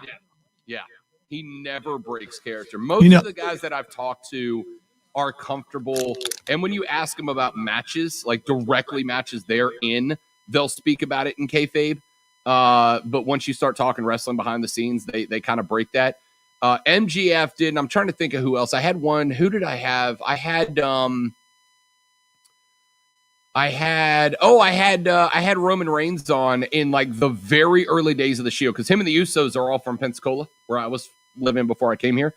And Roman did one interview. I did two with Roman. One he did completely in kayfabe, start to finish. Now this was the Shield days, and when he was just the enforcer basically, and he spoke like the enforcer of the Shield the entire time. The second one I did was probably 3 or 4 months before the Shield broke up, and you kind of got the impression that he was starting to develop a new character, the new Roman Reigns away from the Shield. But there have been 2 or 3 I did that were completely in character start to finish. I think Lance did a good job of like towing the line. Yeah, I tried to bait him with the short thing to see if he would talk stuff about Miro, and he didn't do it. So you're right. I mean, those first couple questions with wrestlers always have to be a filling out process. Yep. Especially, but like with whenever I interviewed the Usos, I got to meet them for a few minutes before we went on the air. So I actually got to talk to them a little bit off the radio and get a feel for it. But when that's the first time I've ever talked to Lance Archer. So to get him on, it was like, all right, are you a kayfabe guy? Do you mind going behind the scenes? Are you going to break it completely?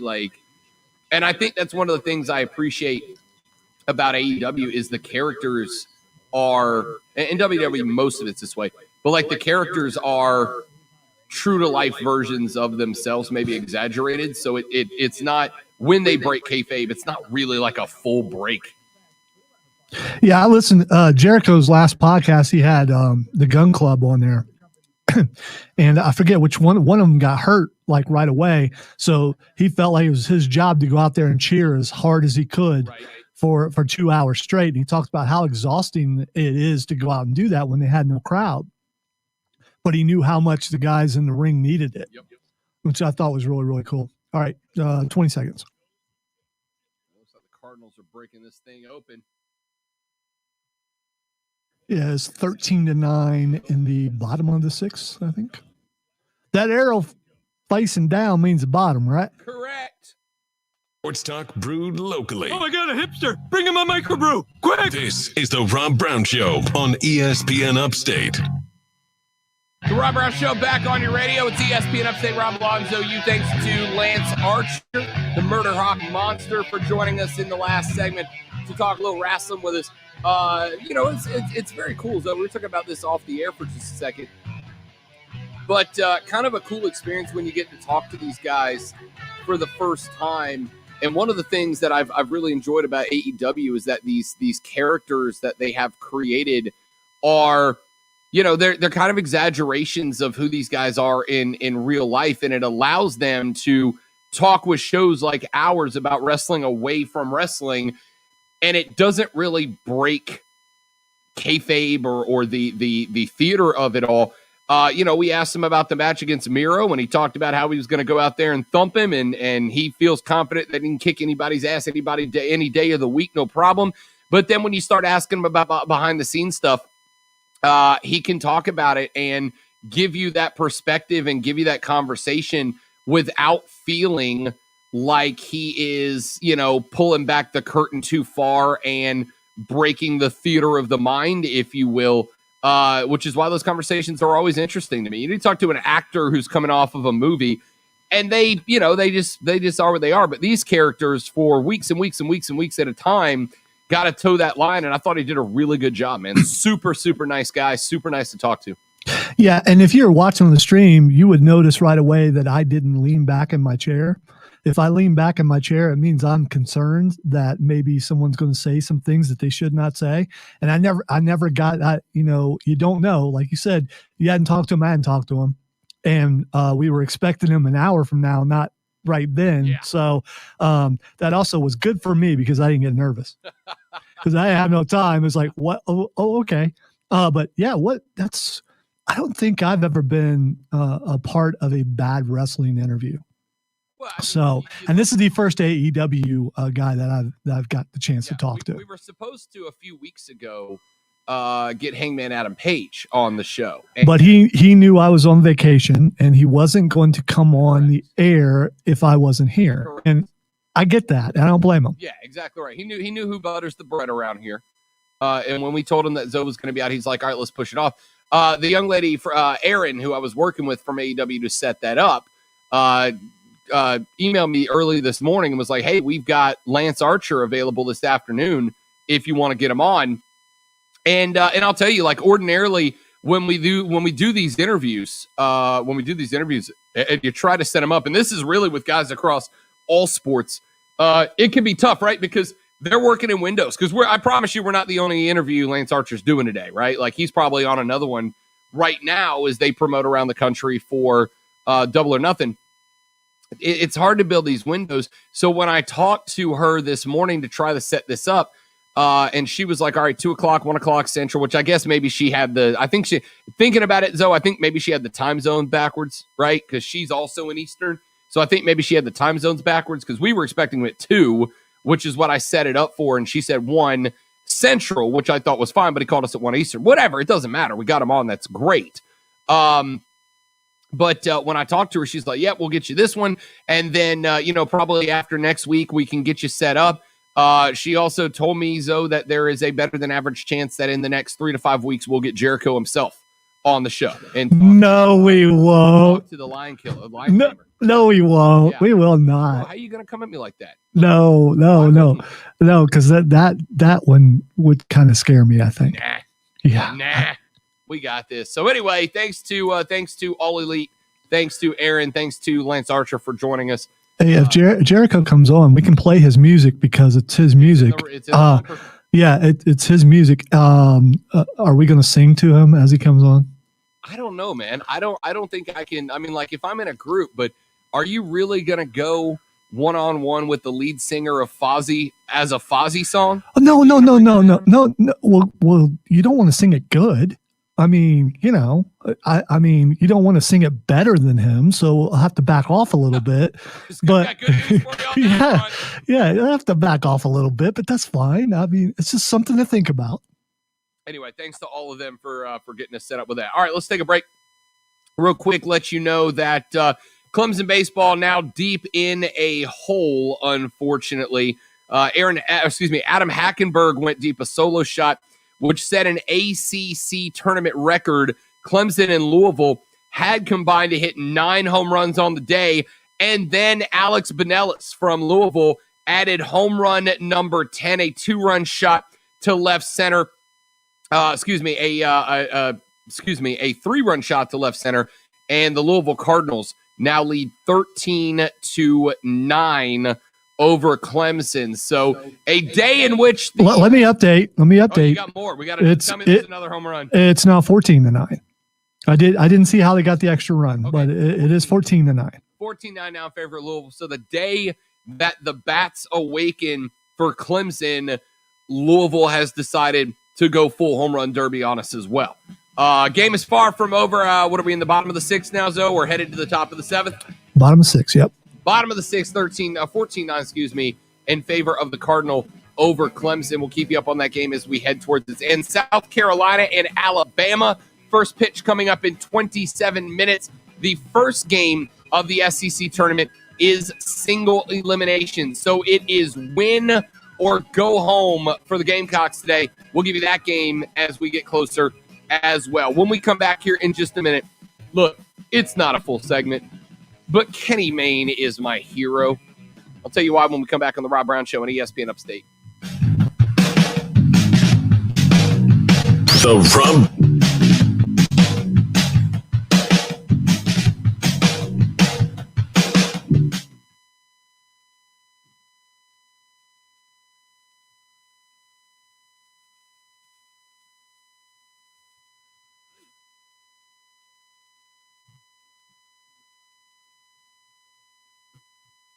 By the way, Jericho would make me nervous, but at the same time, man, I got 10,000 questions to ask him. Not just about wrestling, but about Fozzy and about his podcast. So I hope that happens. The walls down.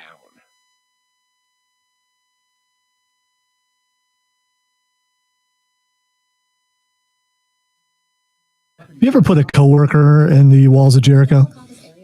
I have put a lead singer of my band in the walls of Jericho. That works. Yeah. And then, just in case he's watching, since I know you're going to see him this weekend, did you make him cry? No.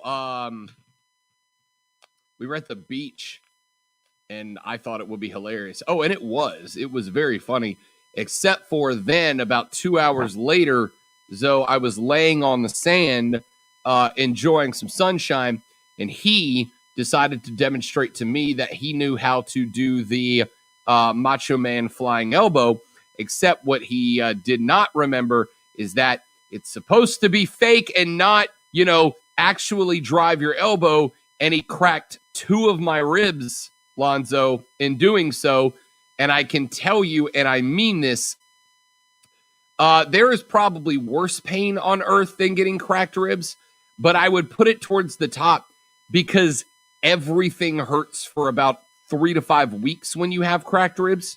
Everything, breathing hurts, laughing hurts, talking hurts, smiling hurts, laying down hurts, standing up hurts, walking hurts, standing still hurts. Well, everything hurts with cracked ribs. As someone who often sides with the lead singer, I just want to say, why aren't your ribs stronger, man? You need to do something about that. Somebody who doesn't, I'm going to ask you, why do you side with the lead singer? As a former lead singer who's now retired. I just learned so much about you, Lonzo. I didn't know you were the lead. I thought you were a keyboardist and secondary vocals. Singer-songwriter. I also wrote all the songs. Okay. 1 minute. That's where Lonzo's diva attitude comes from. Never said I was a good singer. Never said they were good songs. Just said I did all that for over a decade. See, ladies and gentlemen, that's why he goes with Lonzo, because he feels like he deserves a single name as a diva. That and people can't pronounce my last name, which never makes any sense at all.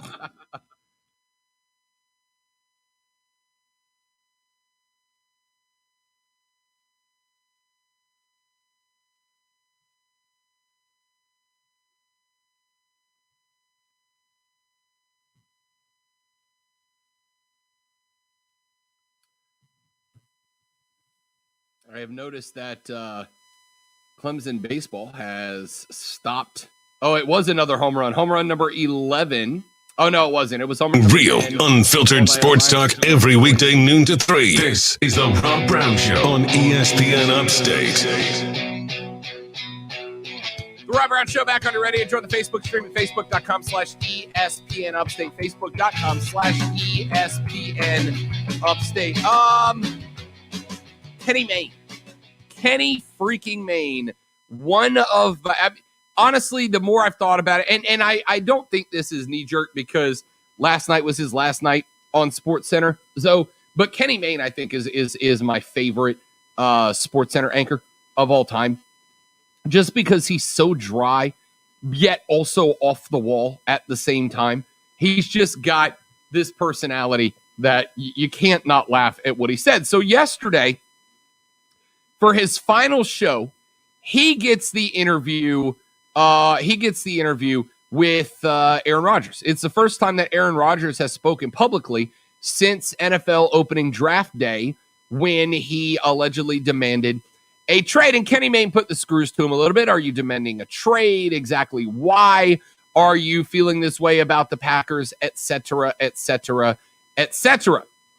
And Kenny Mayne got him on the record. And A-Rod of the Football Persuasion and Kenny Mayne have been friends for a hot minute. So it gets to be the end of the interview.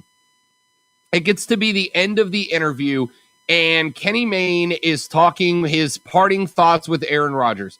And I'm going to play this clip for you.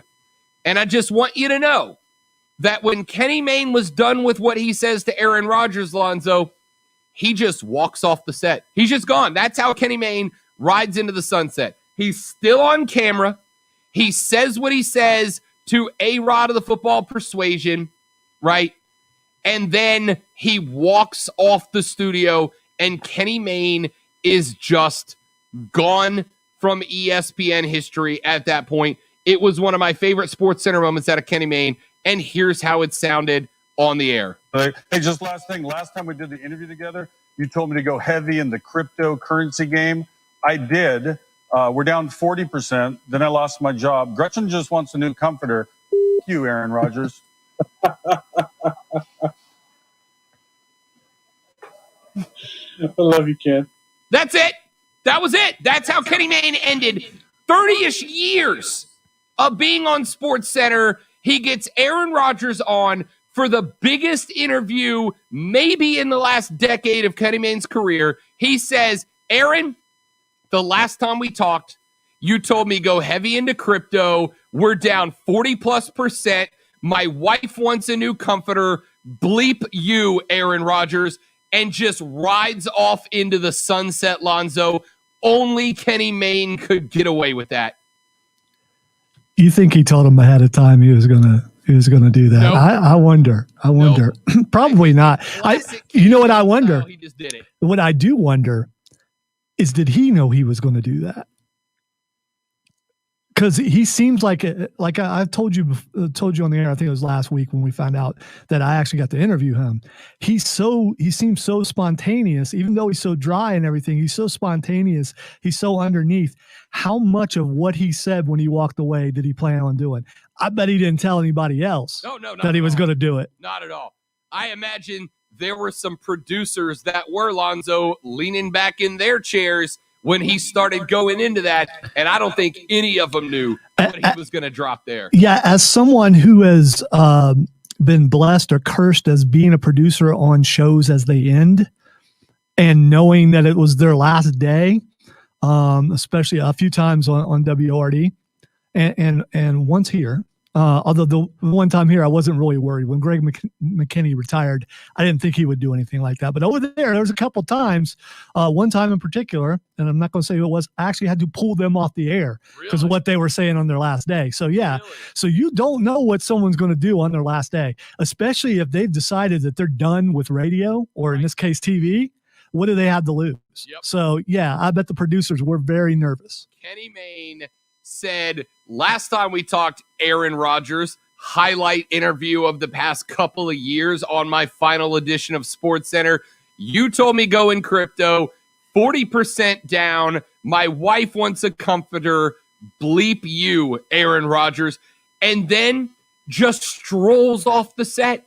No goodbye. No thanks. Just walked out of that interview. Unbelievable, Kenny Mayne. That's why you're the GOAT, man. That's why you're the GOAT. That was freaking hilarious. I didn't see it. I wish I was out last night with a couple of dudes watching some hockey last night and did not see SportsCenter when I got back because I jumped into that Islanders-Penguins game that went to double OT because hockey in the playoffs is incredible. So I did not watch it. I woke up this morning and jumped on, and Adam Schefter had tweeted out, only Kenny Mayne could end his interview with Aaron Rodgers like this, and played that clip. In the cryptocurrency game, I did. We're down 40%. Then I lost my job. Gretchen just wants a new comforter. F*** you, Aaron Rodgers. I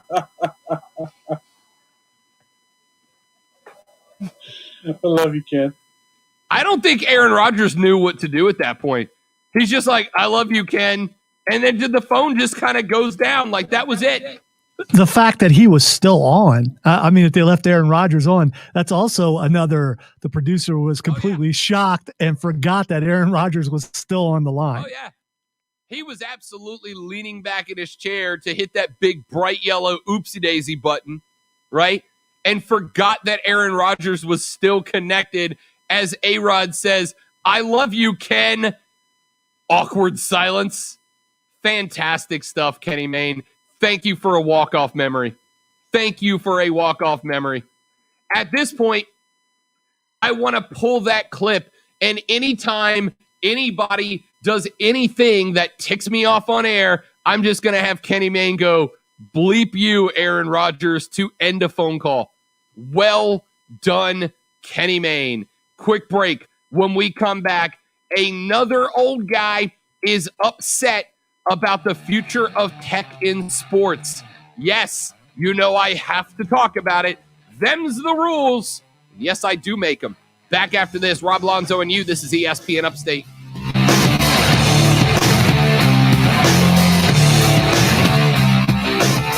The Rob Brown Show. Listen on your Amazon or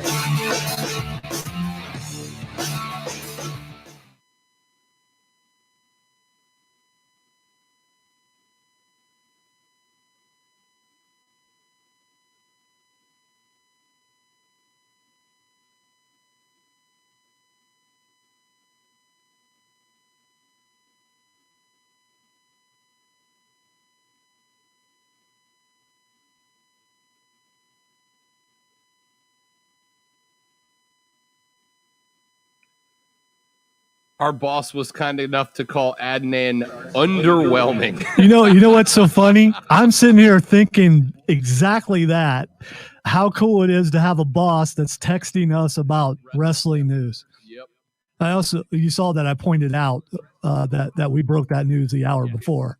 We absolutely should take credit for that.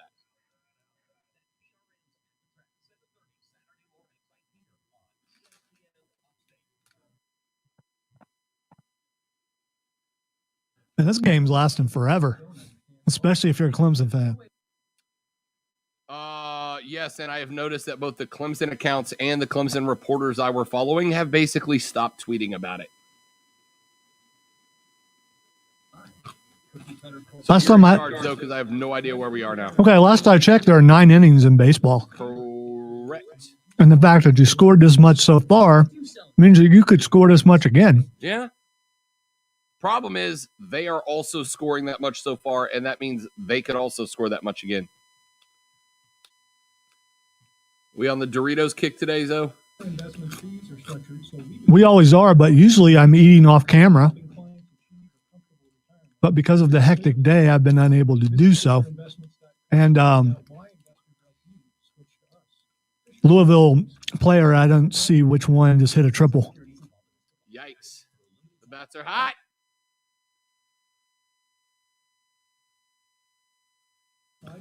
Deep shot, looks like right center a little bit.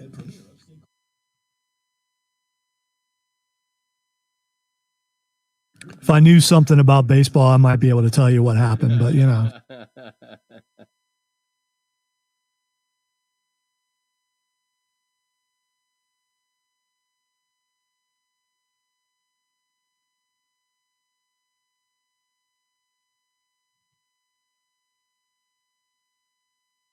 Now I'm going to have to like Lance Archer. I don't want to like Lance Archer. MurderHawk.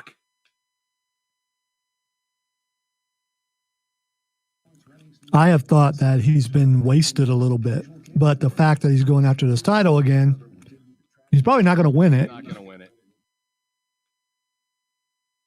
Miro's too hot right now. Oh, John Cena in a little hot water today. I just see he decided to join the LeBron James club. Did you see that we just got another text? Yep. Wait, what's lame? The person we were talking about? Or the fact that we broke it? He's still calling Adnan lame. That's what he's doing. This has nothing to do with us. Okay, I'm just making sure. I'm like, I mean, I know I'm lame, but I just don't need my boss saying it, you know?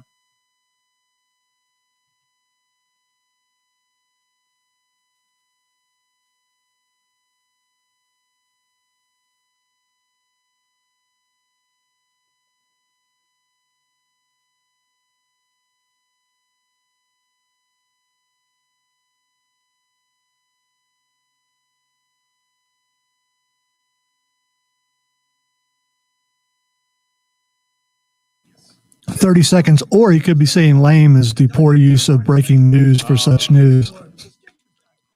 I don't think that's it. I don't think he was listening, or else he would have known we already talked about it.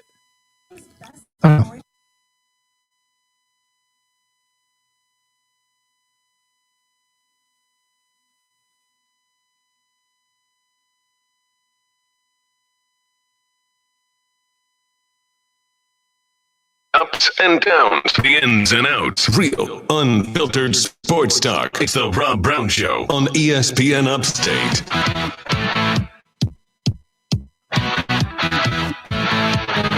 Rob Brown Show carries on. Rob, Lonzo, you, 844-GSP. And the boss, who apparently is watching on stream right now. Indeed. Yes, indeed. As we just found out. Yeah, right? 844-GSP, ESPN, 844-477-3776. So, you guys know that I am all in on tech making sports better. And I have two stories here. One of which I very much want Lonzo's response to. The first one is this, Lonzo. Tech in the NFL, in order to make calls more accurately, has a new proponent to it.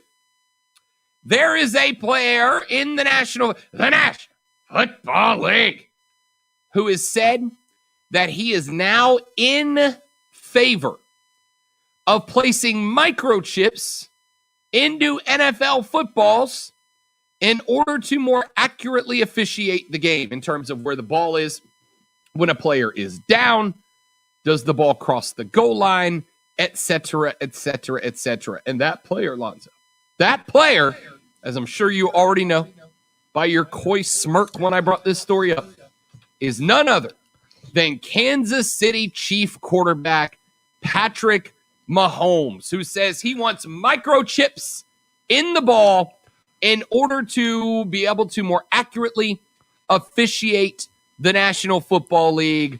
Zoe, a big fat thumbs up to your boy, Patty Mahomes, for deciding to jump on the bandwagon of being correct is more important than being fast. I am just curious if you read the entire article or just, bits and pieces of it. I because read the headline that says he agrees with me and ran with it. Right. Because if you read the entire article, he says in selective situations, when it's under a pile and they can't tell if it actually went over the line or not. He also points out that human error is part of the game. So, I also saw the headline, but because it's, my quarterback, that's my quarterback, man. So I read the entire article, and that's why I've never been called coy before, but I kind of like it. I've never been called elitist before, but I kind of liked it too.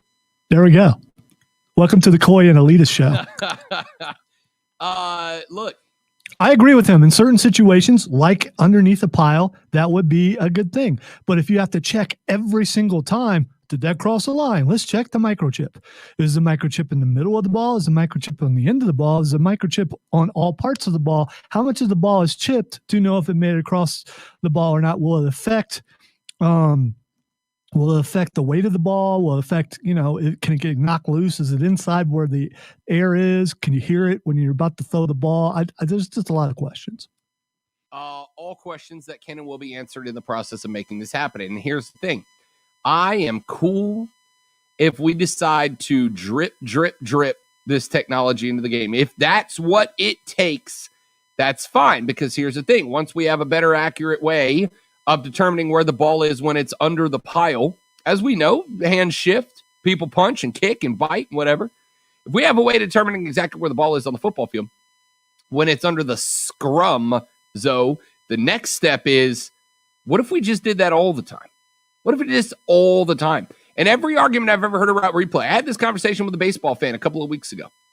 Oh, man, if we do this, we're going to have to keep stopping it. No. What if we just did it in real time, right? If you have a microchip, it's constantly communicating to a receiver connected to a PC or a laptop somewhere where these folks have a rough idea of what's happening at the moment that it's happening. It can be monitored in real time. I'm fine with all the questions being answered before we go to the tech, as long as we are going to the tech. Now, another story.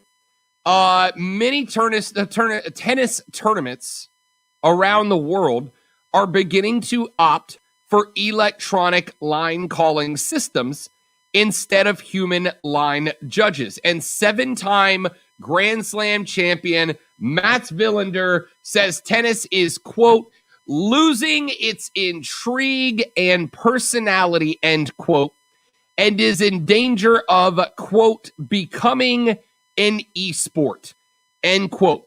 The Australian Open replaced on-court officials with the electronic system at the year's first Grand Slam, and the U.S. Open organizers say they would use the tech on all courts on the final major for 2021. Wilander told Reuters, quote, I like line umpires, and I liked the challenge system where we had 3 challenges. I thought they added something in tennis that we have lost. We have so many unbelievable rallies among the best players in the world at times.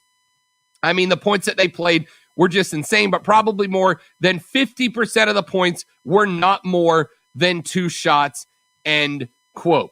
He went on to say, sometimes the decision-making process that players have to go through when deciding to levy a challenge or not makes it intriguing. Quote, I kind of think it was some kind of intrigue where the player had to choose, okay, is this a big enough point where I need a challenge? I thought that was an interesting twist. It made the player think even more. Now we have no line calling. I think it just takes away some of the personality that's on the court. And let me just be abundantly clear. I don't care. I don't care. A player should not have to think about whether a ball hit the line or it did not, because the ball either hit the line or it did not.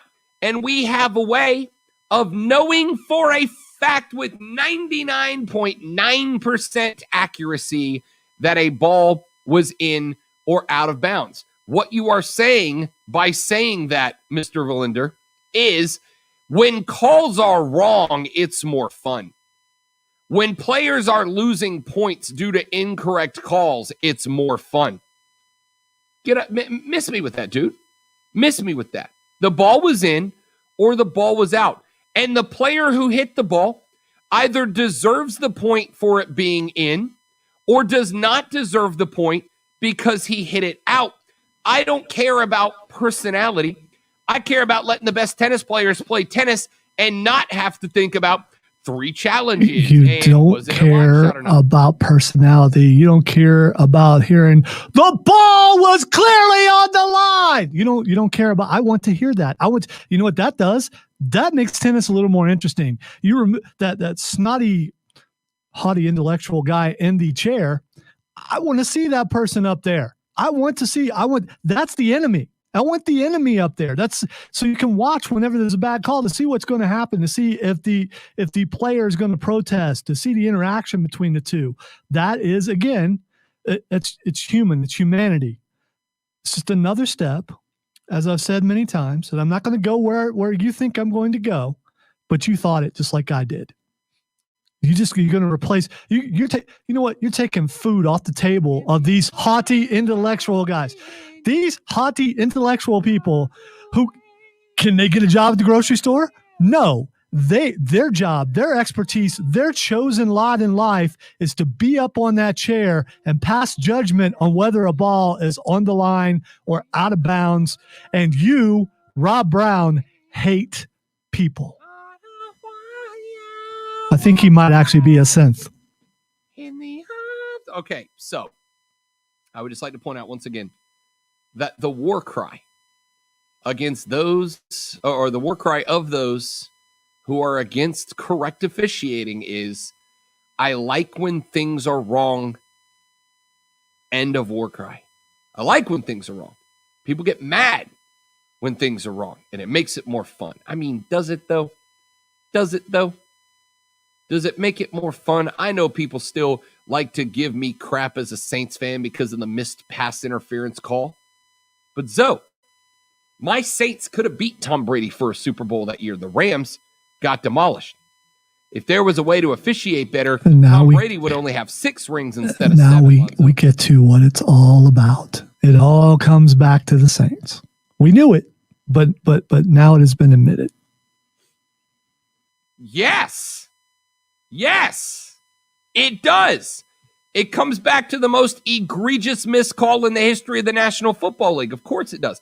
Don't you want other teams, including maybe yours one day, Lonzo, to not get shafted by a call that is easily, rapidly turned over just by going, push that button?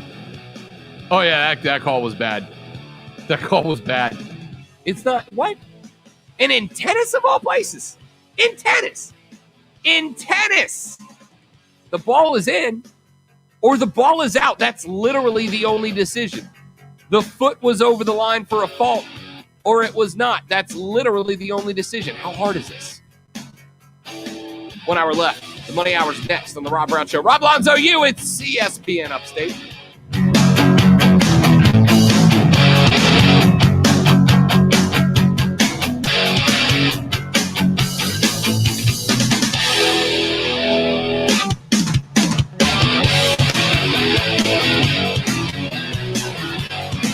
ESPN Upstate.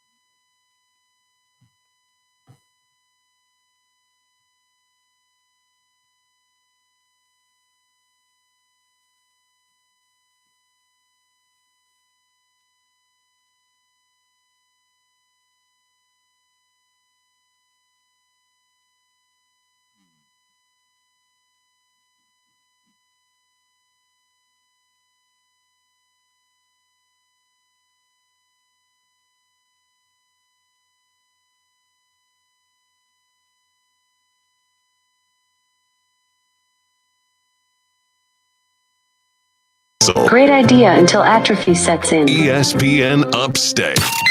Warning. Man, check this out. For an official Rob Brown lockdown. Represents being real. Yeah. Real, unfiltered sports talk manufactured locally for the Carolinas. Locked down. This is the Rob Brown Show. Yeah. Only on ESPN. ESPN Upstate. Top of the fifth inning, Duke and Clemson in the softball world playing a doozy right now. It is 0-0 in a pitching challenge here for Clemson and Duke right now. They are very, very little offense going around right now. Very little offense going. Valerie Cagle on the hill for Clemson right now is already one of the best pitchers and hitters in college softball and is putting that on full display right now. That being said, we have no outs right now in the fifth, and Duke does have a base runner on first due to an HBP. So Valerie Cagle has put 1 on, but it is 0-0 as we stand right now in the ACC tournament for softball. All right, quick update. Yep.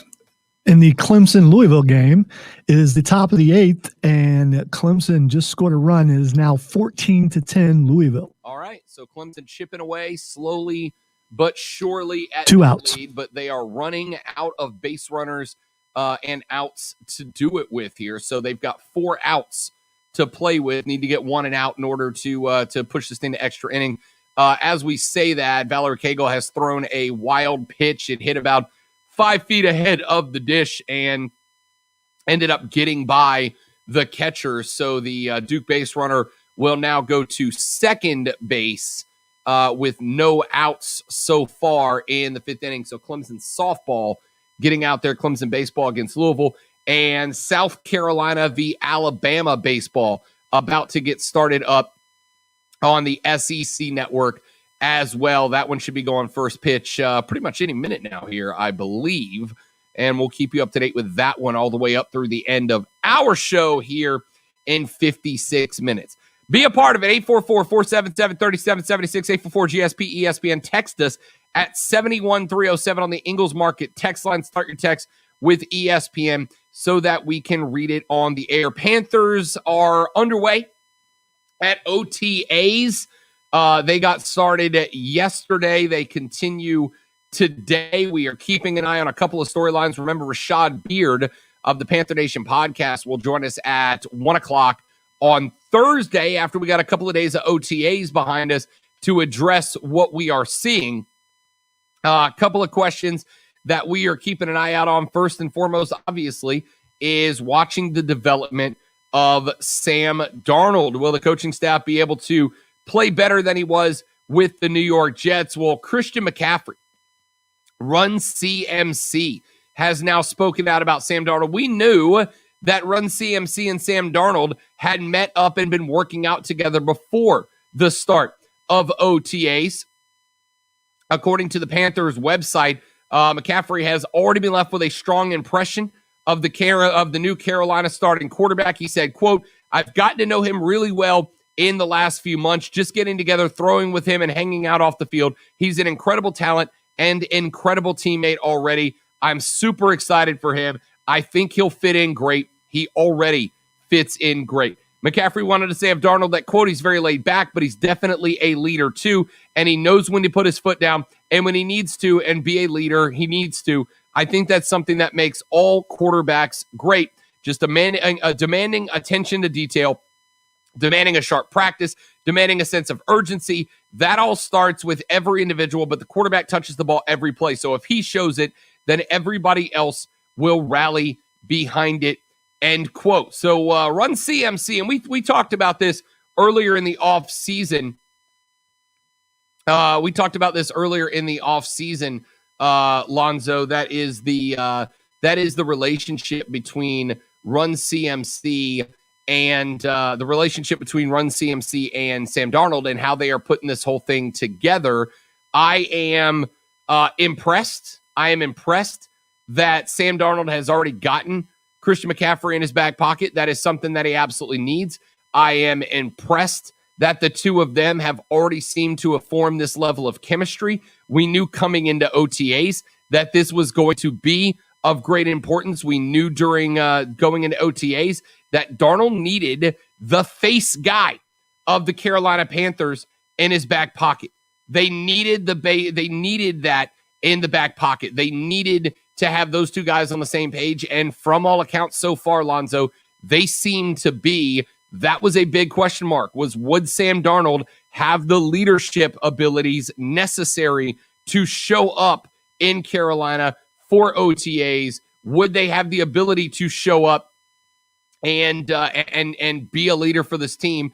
And if Run CMC says he's already done that 2 days into OTAs, I know that he's toting the party line here. I know that he's saying what everybody wants to hear, but to have him that outspoken to where he's gone out multiple times to say good things about Sam Darnold, Zoe, that's good news. Yeah, with everyone who left the Panthers on their own or were let go, Christian McCaffrey is the face of the franchise. And I think back to, I don't know if you saw the Luke Kuechly commercial where he brings over cookies to Christian McCaffrey and says, "Welcome to the family." Do you think Christian McCaffrey did the same thing for Sam Darnold? Because it's kind of a passing of leadership, and you need McCaffrey to be on the same page as you. You also need everyone to see that you guys are getting along and everything. And I don't think it's for show. I think this is exactly what you want as a Panther fan, to see these guys. Hey, they're getting after it already.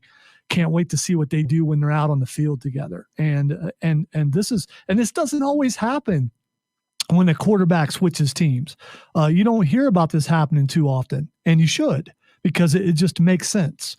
By the way, I believe that another run has just been scored by Louisville. I'm waiting for the score to put. Okay, it's now 15-10. All right, 15-10. So Clemson gets one back, but then gives one back, trailing by 5 up there in the ACC tournament. In Charlotte, it is not. It is single elimination for the SEC. So South Carolina and Alabama down in Hoover, Alabama, are about 15 minutes away from first pitch. And this is single elimination. This is single elimination. The first opening round, the bottom teams, the bottom 8 teams will be single elimination in the first 4 games. If South Carolina is able to knock off Alabama today, then they will move on to take on Tennessee in the next round of the tournament.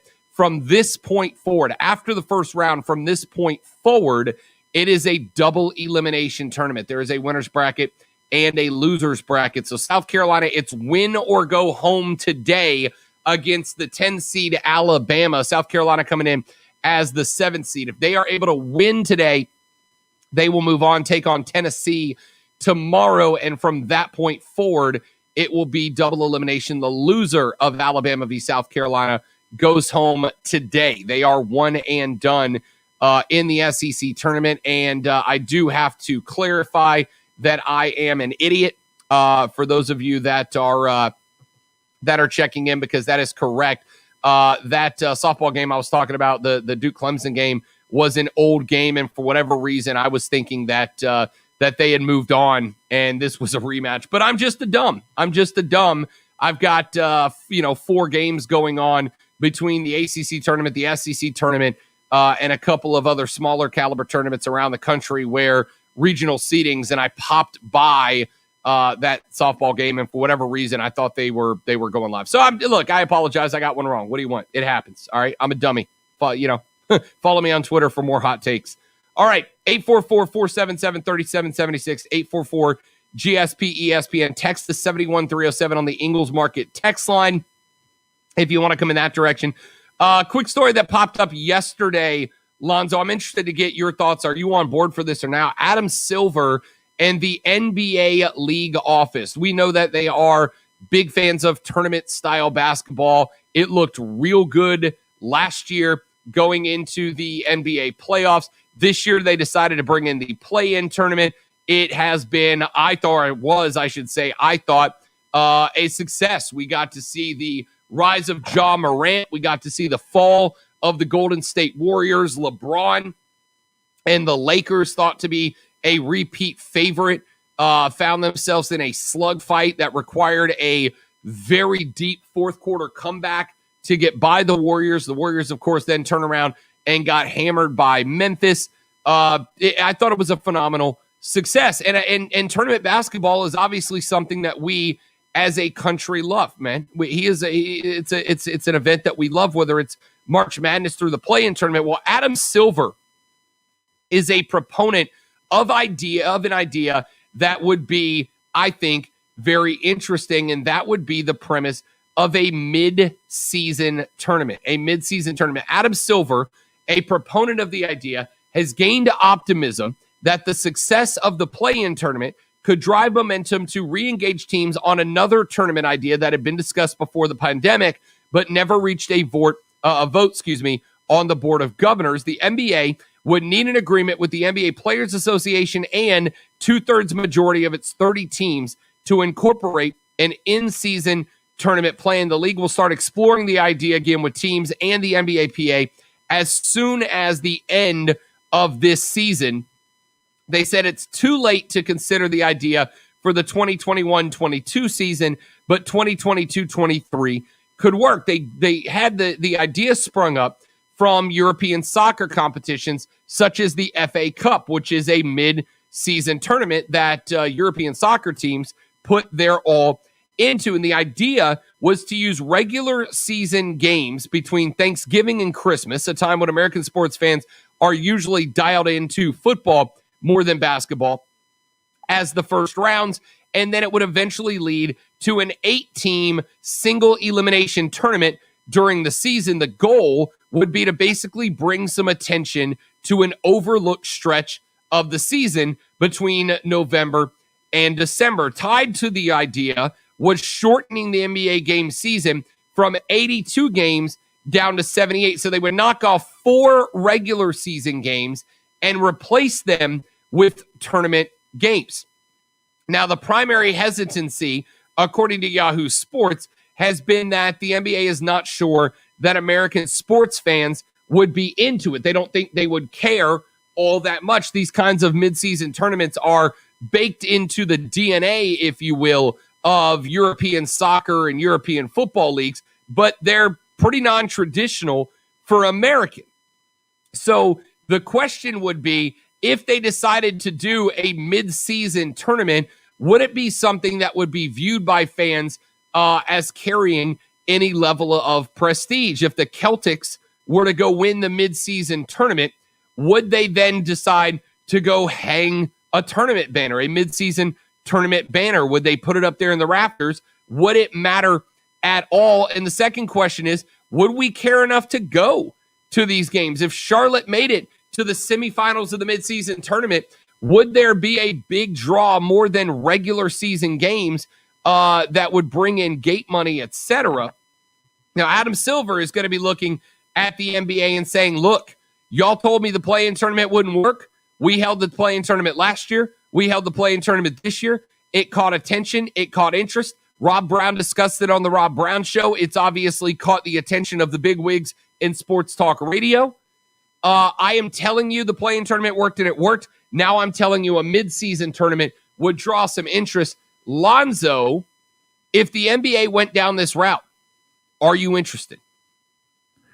I just, what do you get out of it? Did you say you're the mid-season tournament champion? Yeah, it would be a secondary championship, right? Like we would have a tournament to determine the best team in the NBA at around the halftime mark. I like tournament basketball, but I just don't see this sounds like you're trying to get more eyes on your product. You're trying to get ratings back up, but unless the season starts over after that, I just don't see the advantage to it. I don't. And I think, are the players down for this? That would be the other thing. I would be interested to hear what their opinion is of it. Do you get a mid-season trophy? Do you get can you raise you raise a mid-season tournament banner? Does that diminish the other banners that a team has won for the entire thing? And that's the big question, right? Like, do we make it a big deal? Will we as fans think it's a big deal? Look, I'm in favor of the tournament for one reason and one reason alone, Lonzo. Why not? Why not? Why not do it? Why not have a little fun? You're going to basically take 8 teams, right? The top 8 teams in the NBA. It's not for everybody.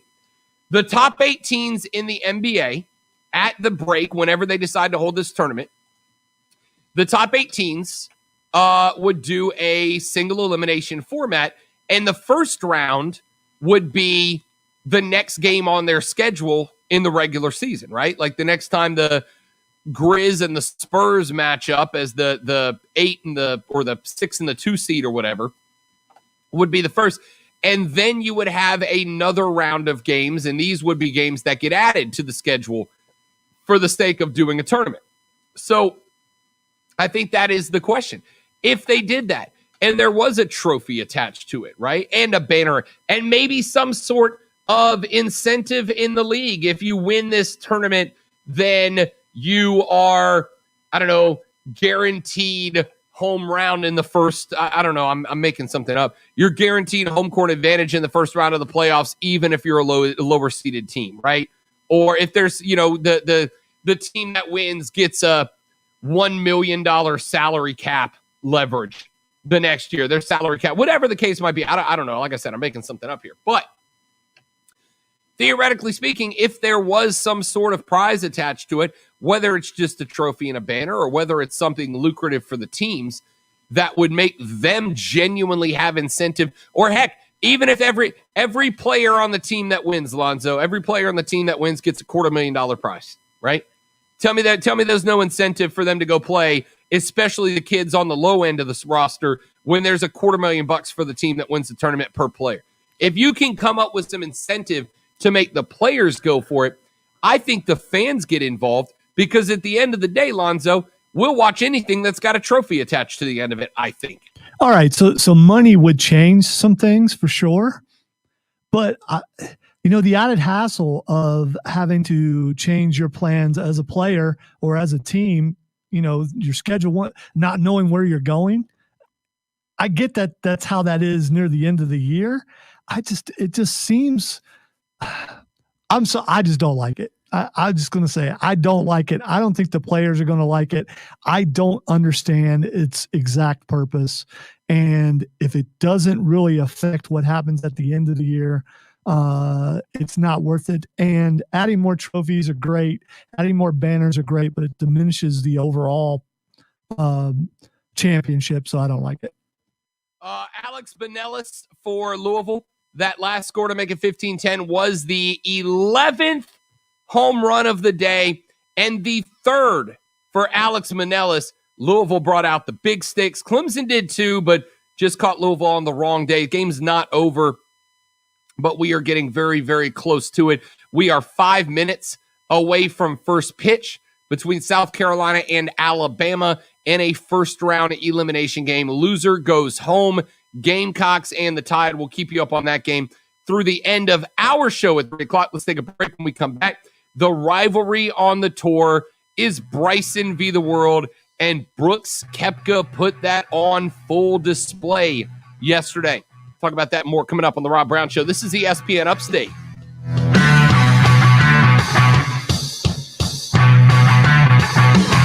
The Rob Brown Show. Listen on your computer and tablet at ESPNUpstate.com. I'll be right back.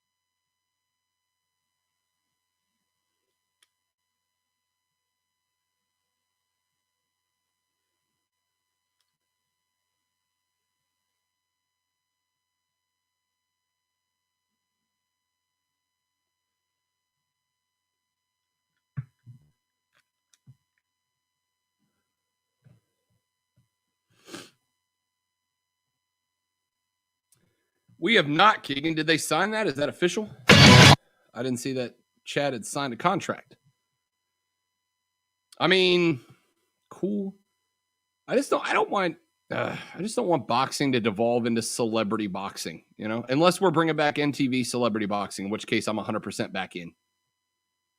Aren't there some of those celebrities or some of those people in other sports that you just want to see get punched in the face, though? Yeah, Jake Paul.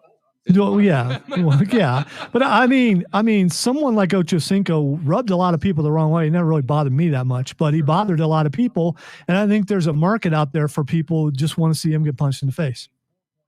I'm sure there is. And I mean, look, I get why they're doing it. There's a ton of money. And how disappointing is it if you go out to see someone get punched in the face and they just flat out rock the other dude and never get touched, which could very well happen. I'm not paying money for it, but I'll watch it, secondarily somehow. I mean, I didn't pay the money to watch Tyson fight again. So who is a real fighter, even at his age. And no, I'm just not going to pay for that, but somebody will, which is why these things are gaining in popularity.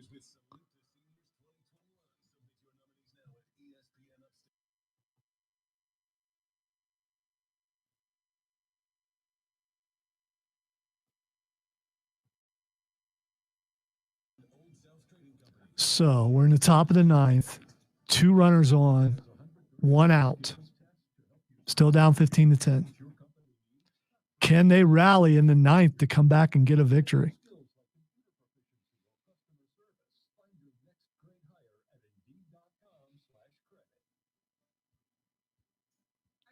Seen weirder things happen. That's why I haven't changed it. I was going to see if I could find the South Carolina game. Do you know if that's on TV somewhere? Yes, it's on SEC Network. Doesn't necessarily mean that we get it here, but if we got this, surely we got the other. I only knew where this was because Tim was watching it earlier in Word. So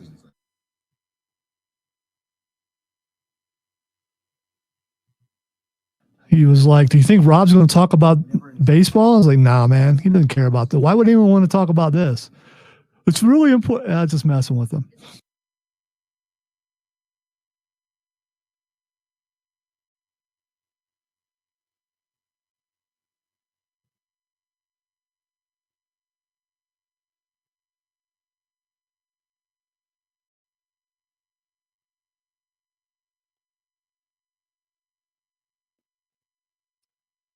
Have you seen the video of Brooks Koepka when Bryson DeChambeau walks right by him?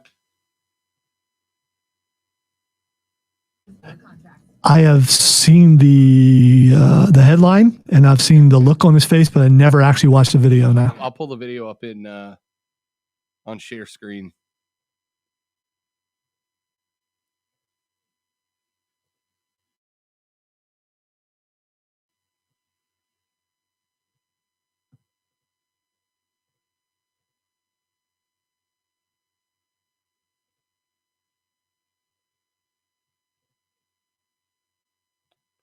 Well, I guess I got to do it in the other share screen.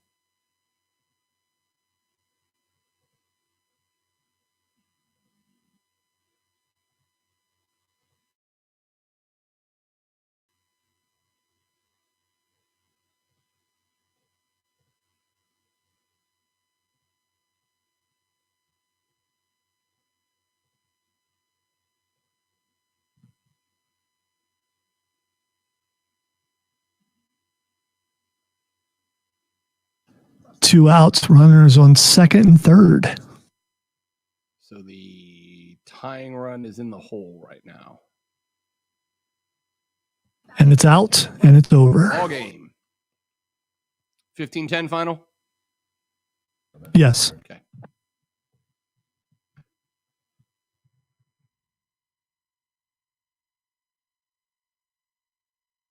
You're right. South Carolina game is on TV, and I found it.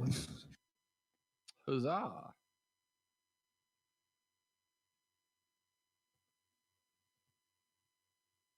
Coming back.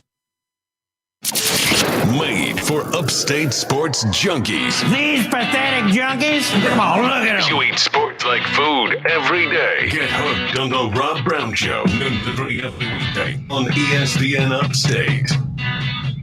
It is a final, ladies and gentlemen, despite sweeping Louisville in the regular season, 3-0. The Cardinal have gotten their revenge as they knock off the Tigers in round one, game one. Remember, the ACC tournament, is a pool play format this year. The pool play format has teams in each pool. The pools are set with 4 pools, 3 teams. Clemson is in Pool B with Georgia Tech and Louisville. They will play Georgia Tech tomorrow. What Clemson needs to do is beat Georgia Tech and hope that Georgia Tech beats Louisville as well and create some, but they'll also have to really beat Georgia Tech. Pool A, Notre Dame, Virginia, and Virginia Tech. NC State, North Carolina, and Pitt are Pool C. Miami, Florida State, and Duke are Pool D. The best record in each pool will advance to the semifinals. If teams are tied at the completion of pool play, the team with the highest seed in the respective pool will advance. That is a disadvantage for Clemson as the 11th seed. I don't really like the way that they set that up, but I also understand it gives prominence to the teams that had the best regular season schedule. So Clemson is basically done, I believe. We've still got to get Louisville v. Georgia Tech and Clemson v. Georgia Tech. But that basically all but does it for Clemson. They would have needed as the 11 seed to move on to the semifinals. All right, I wanted to play this video. For those of you that are watching on the stream, if you're not on the stream yet, join us at facebook.com/ESPN Upstate, on YouTube by searching The Rob Brown Show, or on twitter.com/The Rob Brown Show, and you can watch the show as we do it. There is a video going around right now, and I'm going to play it for you. You can see it if you join us on the stream. If not, you can listen to it, and you'll hear the moment it happens. If you've ever wondered what disdain sounds like, you're about to find out. So I'm going to play this clip, and when it's over, I just want your immediate reaction to what you saw. All right, so this is on ESPN. Brooks Koepka, who, of course, came in second at the PGA Championship to Phil Mickelson this past weekend. Sunday after the round was over, he's getting interviewed on ESPN, and as he's talking, Bryson DeChambeau. Now, Brooks and Bryson aren't big fans of each other. They're not friends, but here is what it sounded like. If you're watching on the stream, here's what it looked like. As soon as it's over, Zoe, I just want your thoughts. Well, and of course, there we go. Golf course was asking a lot from you today, Brooks. What were you able to do well and put up that nice number? Just ball struck my way around this place. Didn't putt well, but I don't think many guys are going to putt well with this wind. It's very tough. I don't know what other guys have said, or I just felt it difficult to read. You know, sometimes I lost my train of thought. Yeah, hearing that bullshit. Oh, hit the censor button. Sorry about that. I thought I had pulled the edited version. I clearly flipped sides. Sorry about that, Lonzo. That's what the world you doing, man? What's wrong with you? Anyway, well, now that we know how badly that went, Zoe. So earlier in the show, I talked about, you could, if you see me lean back in the chair, now you've seen me lean back in the chair and actually push the button. The same kind of reaction happens when Mark Ryan and I pass each other in the hallway. Which is a joke because he's not in the building. Duh. I think we all have that person. And Mark Ryan really is not that person for me, even though I said that really is not. Maybe. So we all have that person who, when they walk by, you're just like, and the fact that he did that live on TV and then drop an S-bomb also knowing that he's live on TV, that you talked about, disdain. That's beyond disdain. I think there's a little bit of hate in there for sure. And I don't think it's like professional hate. That's I cannot stand that human being kind of look. And that was, man, that's rough. Yeah. So has he been suspended or anything? Because I know, the decorum of golf. I'm sure that, some of the older folks probably ended up in the hospital from coronaries from watching such a thing. So for those of you who were not on the stream and could not see what just happened, that was on the Golf Channel. Brooks Koepka is being interviewed after that round. And about halfway through the video, Bryson DeChambeau walks by. And Bryson, you can hear him because he's got his golf spikes on, right? He walks by, and as he's about to walk by, Brooks Koepka just closes his eyes.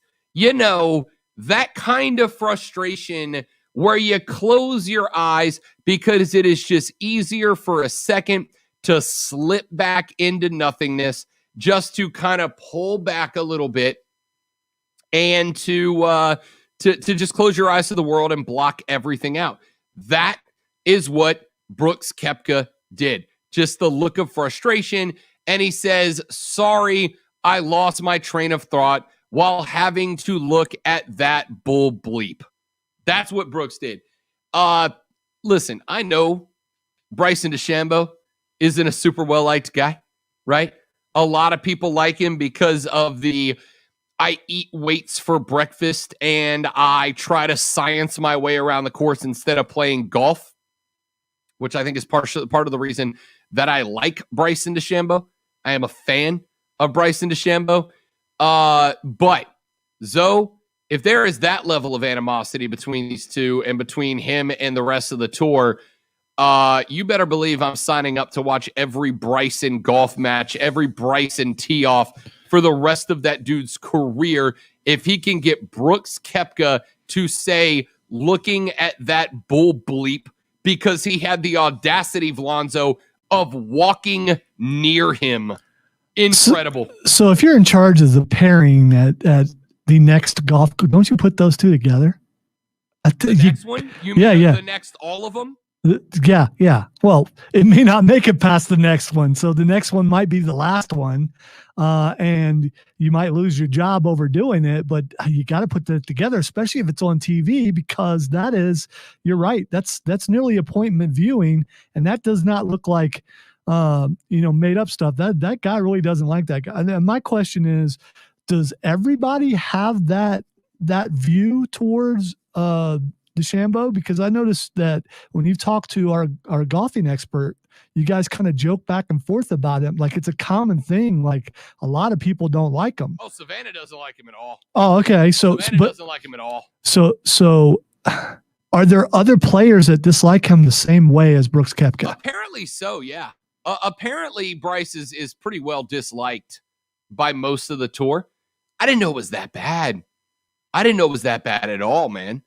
Like at all. To see and hear that reaction was hilarious, frankly. Was hilarious.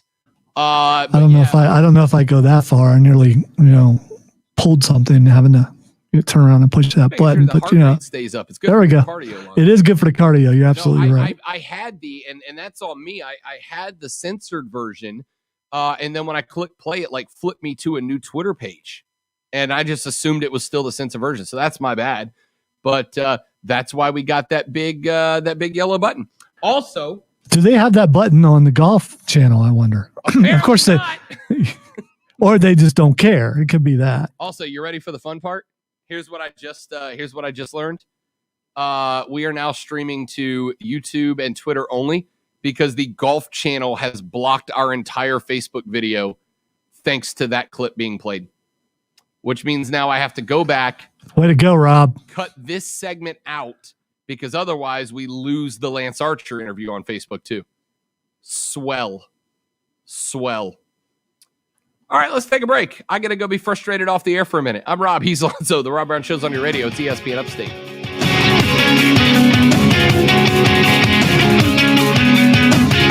The Rob Brown Show. Listen on your Amazon or Google smart speaker. Just say, play ESPN Up.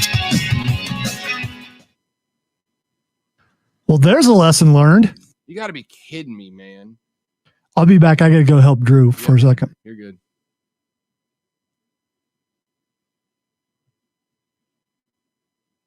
All right, kids, I got to go deal with this. I will also be back. Don't go anywhere. Hang on. I mean, I'll still be here, but I got to click the screen away so I can do some other stuff to figure out how to handle this.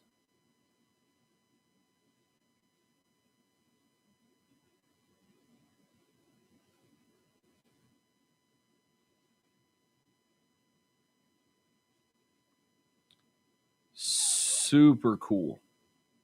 Super cool.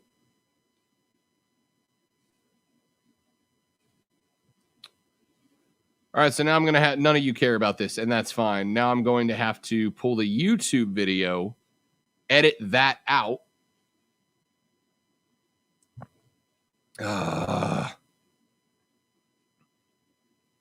This will be, if anything is the death of doing the Facebook stream, it'll be that right there. If anything kills it off, it'll be that right there. That's aggravating.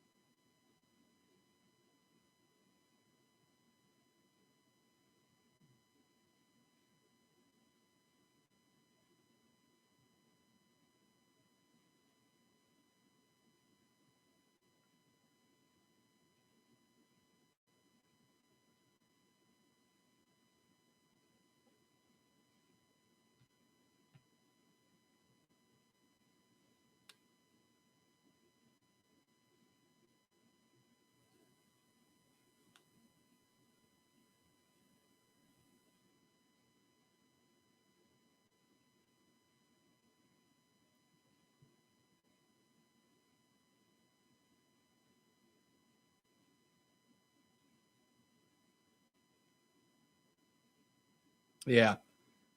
Golf Channel claimed our video and removed it, so I'm going to have to go to YouTube, I guess, pull out that segment and then just repost the whole show, or maybe just the Archer interview, I guess. I don't know. Or we can just direct people to the website where, yeah. I can just post the whole YouTube up there. I was going to say I already cut up the interview and posted it. So, okay, perfect. So if you need to grab it to put it elsewhere, it's right there handily. Yeah, perfect. Thank you very much. 1 minute.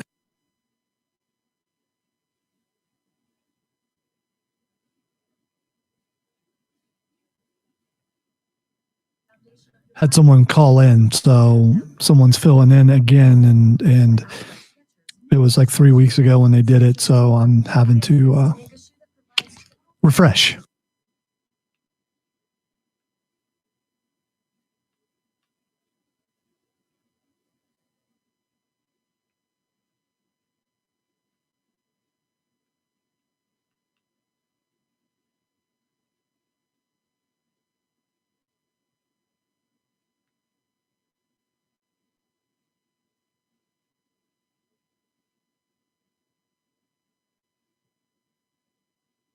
$20 seconds.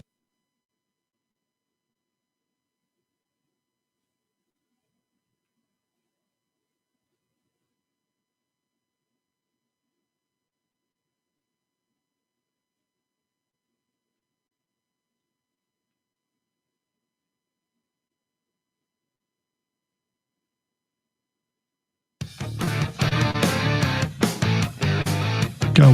The Rob Brown Show back on your radio. It's ESPN Upstate. Rob Alonso and you. For those of you that ordinarily listen or watch on the Facebook feed, unfortunately, it is down as the Golf Channel because we played that audio from Brooks Koepka on Bryson DeChambeau in the last segment. They have taken our Facebook video down.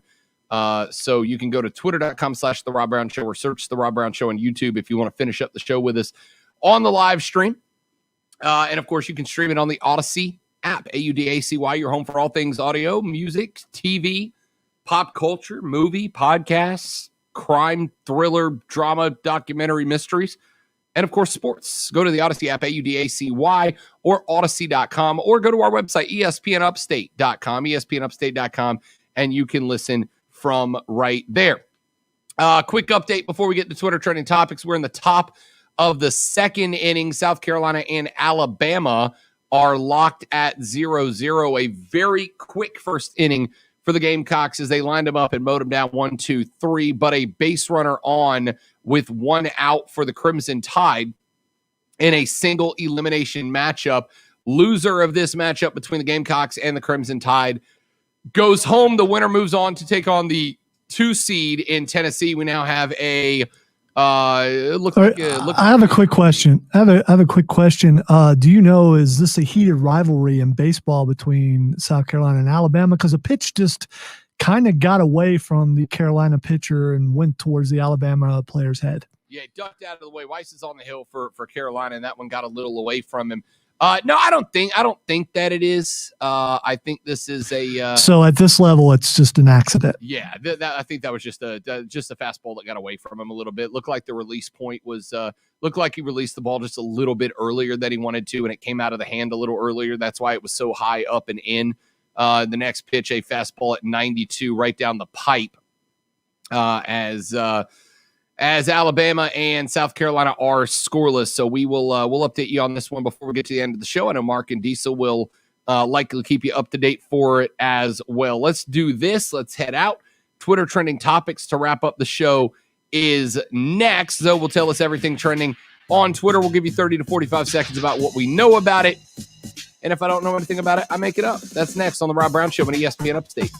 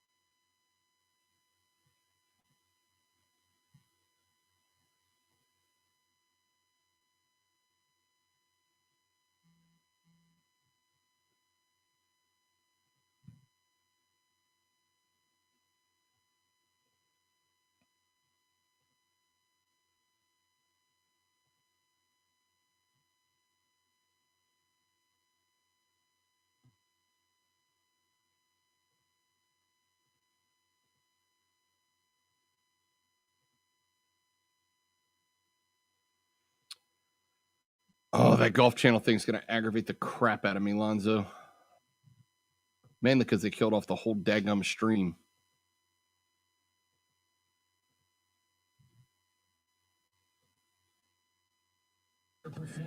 We live and we learn.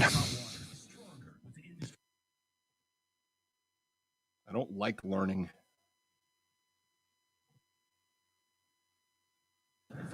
Me either. Learning's stupid.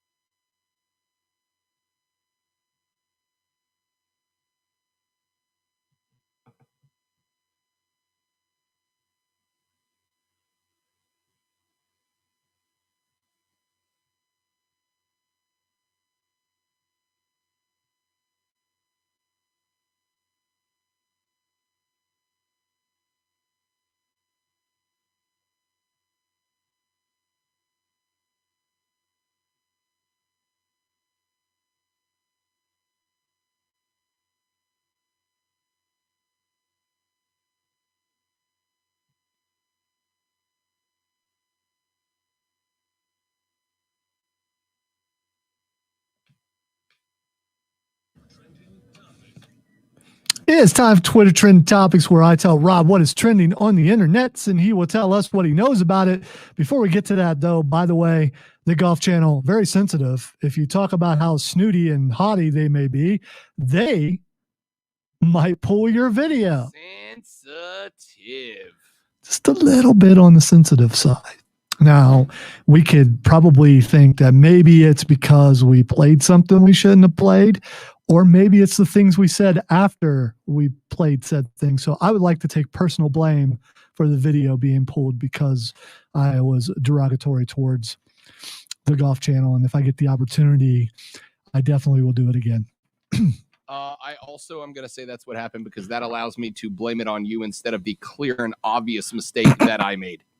So I'm good with that. All right. The first thing that's trending is Guy Fieri. Guy Fieri. So it has, we've talked about guys who have made heel turns and face turns. Guy Fieri was one of the most mocked people on the internet for a while. Like, we all mocked Guy with the dumb hair and the bad goatee.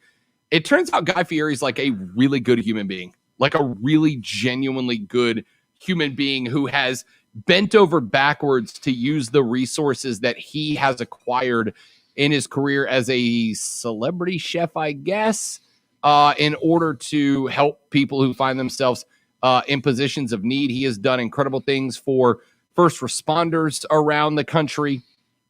He has given to different social groups that have required help over the past handful of years. This dude has done a 180 to go from one of Twitter's most mocked people to one of Twitter's most favorite people.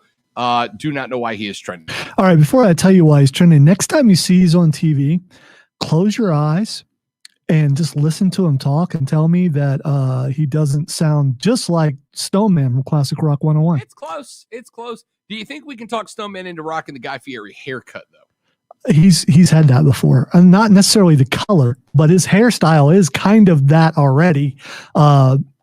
Each year he gets it all shaved off, and it comes back, and it's. He's also had a mullet before, which it's magnificent if you get the chance to see the picture. Entirely. All right, here's the reason why Guy is trending. He just signed a 3-year, $80 million extension with the Food Network. Hey, man, good for him. Good for him. If I could find somebody to pay me $80 million for 3 years of barbecuing, I'd take that in a heartbeat. Good for Guy Fieri for putting that.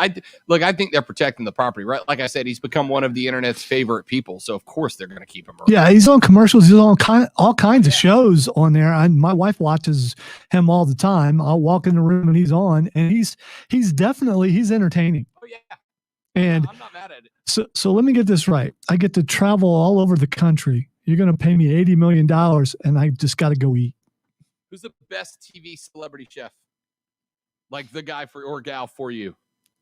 See, I'm not into it that much, but again, my wife watches those all the time, and I got to go with Bobby Flay just because. Bobby Flay is a great show. Great show. It was always Anthony. I don't know. He's not really a chef. I guess I can't use Anthony Bourdain. I love Bourdain.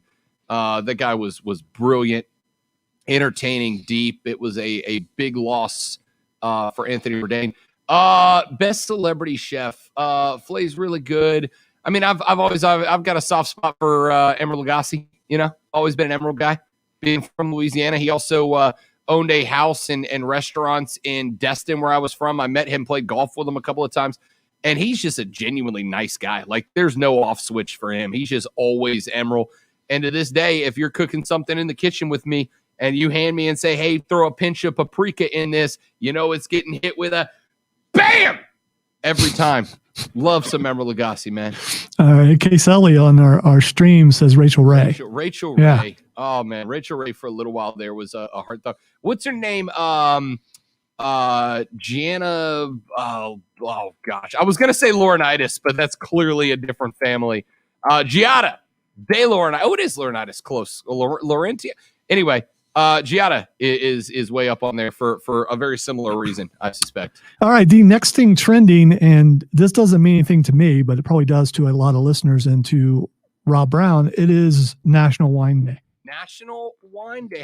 Happy National Wine Day. I will tell you guys, since I moved here, one of the things that I have very much enjoyed, we talk about this being a craft beer area, right? We got craft beers and microbreweries all around us. There are some really good vineyards in this area. Or as my brother said when I brought him up, some vineyards, some really vineyards. Nice Let's go down there to the vineyard. Some very nice vineyards around the area. No, there's some really nice vineyards here in the area. I'm a big wine guy. But not Zoe, just to save myself from you. Not like an elitist wine guy. Like I have had how could you be a wine other than a wino? How can you be a wine guy and not be an elitist wine guy? I have had some $6 and $7 bottles of champagne or of wine, that I put up atop some $30 and $40 bottles that I've had. Some of these that y'all pay $40-$50 a bottle for are just overrated, man. Just overrated. That being said, I do think. Do you sniff the cork? Do you do the swish thing? Do you do all that? The sniff and swirl. You know, you gotta open up the flavor bouquet just a little bit with the swirl. It activates the tannins inside to give it a little more potent smell and therefore flavor. You know, Biff tannins. I don't know what's a tannin. Like 75% of what we taste is through smell, right? Like that's why foods that have the sweetest smells always also taste the sweetest. It's not like they are somehow sweeter. We taste what we smell more often than not. One of the reasons I love wine. I'm a Merlot Cabernet guy. I'm a thick, bold red guy. Give me something bold and red. That's the way I go. And now that we've talked about National Wine Day, looks like I know what I'm doing tonight. All right, the next thing trending, Johnny Knoxville. Johnny Knoxville trending, of course, as they get prepared to roll out the next Jackass movie. Johnny Knoxville is 50 years old, and pictures of him at 50 have started coming out. Dude is rocking the gray hair, right? Like the gray hair. He is super thin now. Like he's Johnny Knoxville. And most of what I've read of the reason why this is trending is people can't believe he made it to 50. No. I'm shocked any of them made it to 50. I mean, come on, the stuff we've watched Knoxville do. And I promise you, when Jackass 5 comes out, we will pay again to watch him do. Because, dude, Johnny Knoxville was and on top of all that, and I give credit for this when I can give credit for this, I have interviewed Johnny Knoxville in the past. And here's the thing, Zoe, for a guy that does what he does and has done for years for a living, tremendously nice human being. Tremendously nice human being. Just a good dude. So good on Knoxville and Guy Fieri for making the show today. All right, that's it. We turn it over to Diesel and Mark Ryan. Offsides is up next. Carolina, Alabama, bottom of the second, 2 outs. Alabama's got a runner on third, but no runs scored so far. They'll keep you updated with that game throughout the rest of the show. Thanks for watching. Thanks for listening. For Lonzo, I'm Rob Brown. This is the Rob Brown Show on ESPN Upstate. Later.